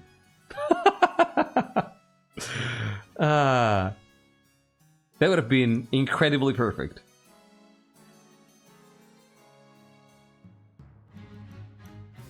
And that's not all.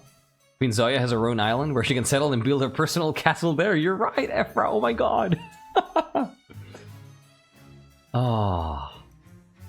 I was worried this wouldn't end too well, but the fact Zhoya goes off to be an immortal, the memes, while the throne continues to be held by Bonworth rather than some random eastern house is awesome. Yeah.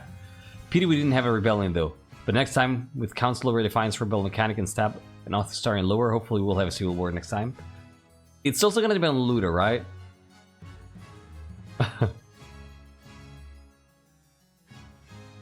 Yes, Kitty. Yes, everybody. Yes, honest. Yes, Swede.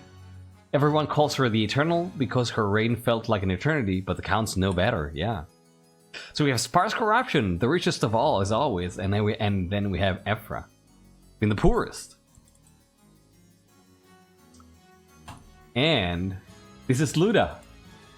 This is Luda, your next monarch. There you go. Luda Bonworth. Sparse corruption, the all-powerful. What happened with the Bon Estate and the Songstress? I think it's up to Bon viewer to decide. You know? I agree, Amy. Yeah.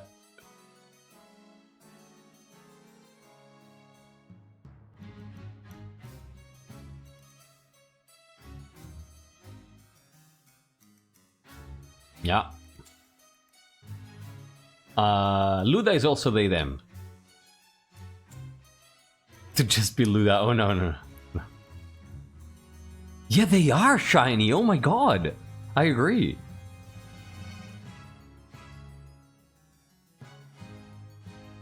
Yeah, that stability was so close. This was so close. Yeah.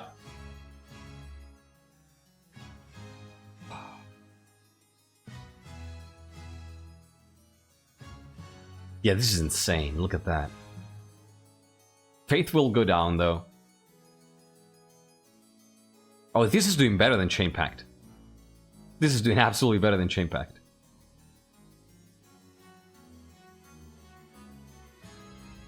Wow, okay. Zhoya, you really did deserve to have the people riot? Yeah. I think that would have been... I think both endings were really good. You know, we ended up with two things... three, right? Like, we had three possible endings, right? Both the uprising from the Grandies, and then we had the possible zero stability uprising, and then her becoming actually mortal. That's actually pretty cool. Yeah, Zhoya, I cannot freaking believe that Zhoya managed to rule for like 45 years and then not even die. That's insane. That speaks to how politically savvy she is, right? That's insane. One of the most talented monarchs that we've ever had, I think. Not this guy.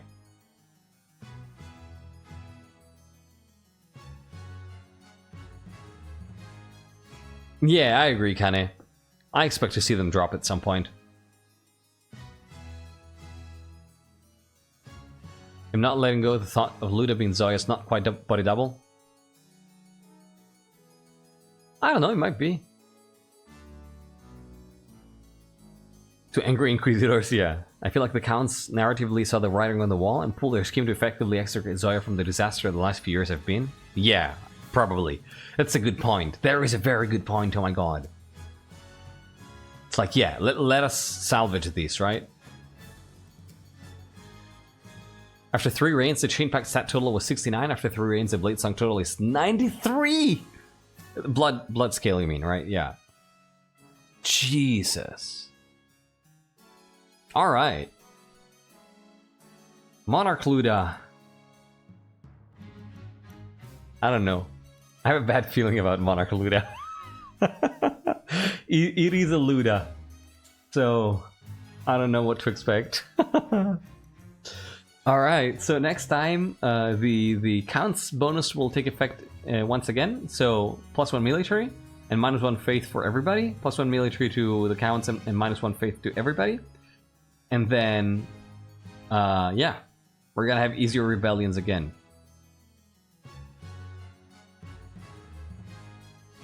Luda kind of looks like a villain. I kind of agree. Kind of agree. And it's a Bondworth again. She ruled the kingdom. If counting the years Zhoya spent as a royal advisors, she ruled the kingdom for 44 years straight. Only Alam the Wise had ruled the kingdom for longer. No, also Alma the Wise, right? Oh yeah, Alma the Wise, okay. I thought... I was like, who is this Alam? Yeah, right, okay. Only Alma, yeah.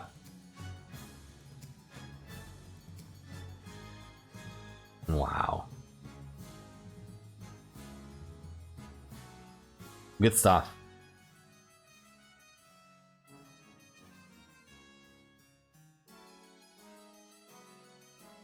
Yeah, he's up. They're up to no good. They're up to no good for real. I think... I don't know. I don't remember. But there was like... I think Alma was like 60 years. Ega... I don't know if that's said. Aquila 70, Berkeley 76, Chain Pact 69, Bloodscale 83, Bloodscale 93. That's insane. Alright. This is cool stuff. I'm really glad that we got the conclusion to... a really cool conclusion to Zhoya the Eternal's story arc.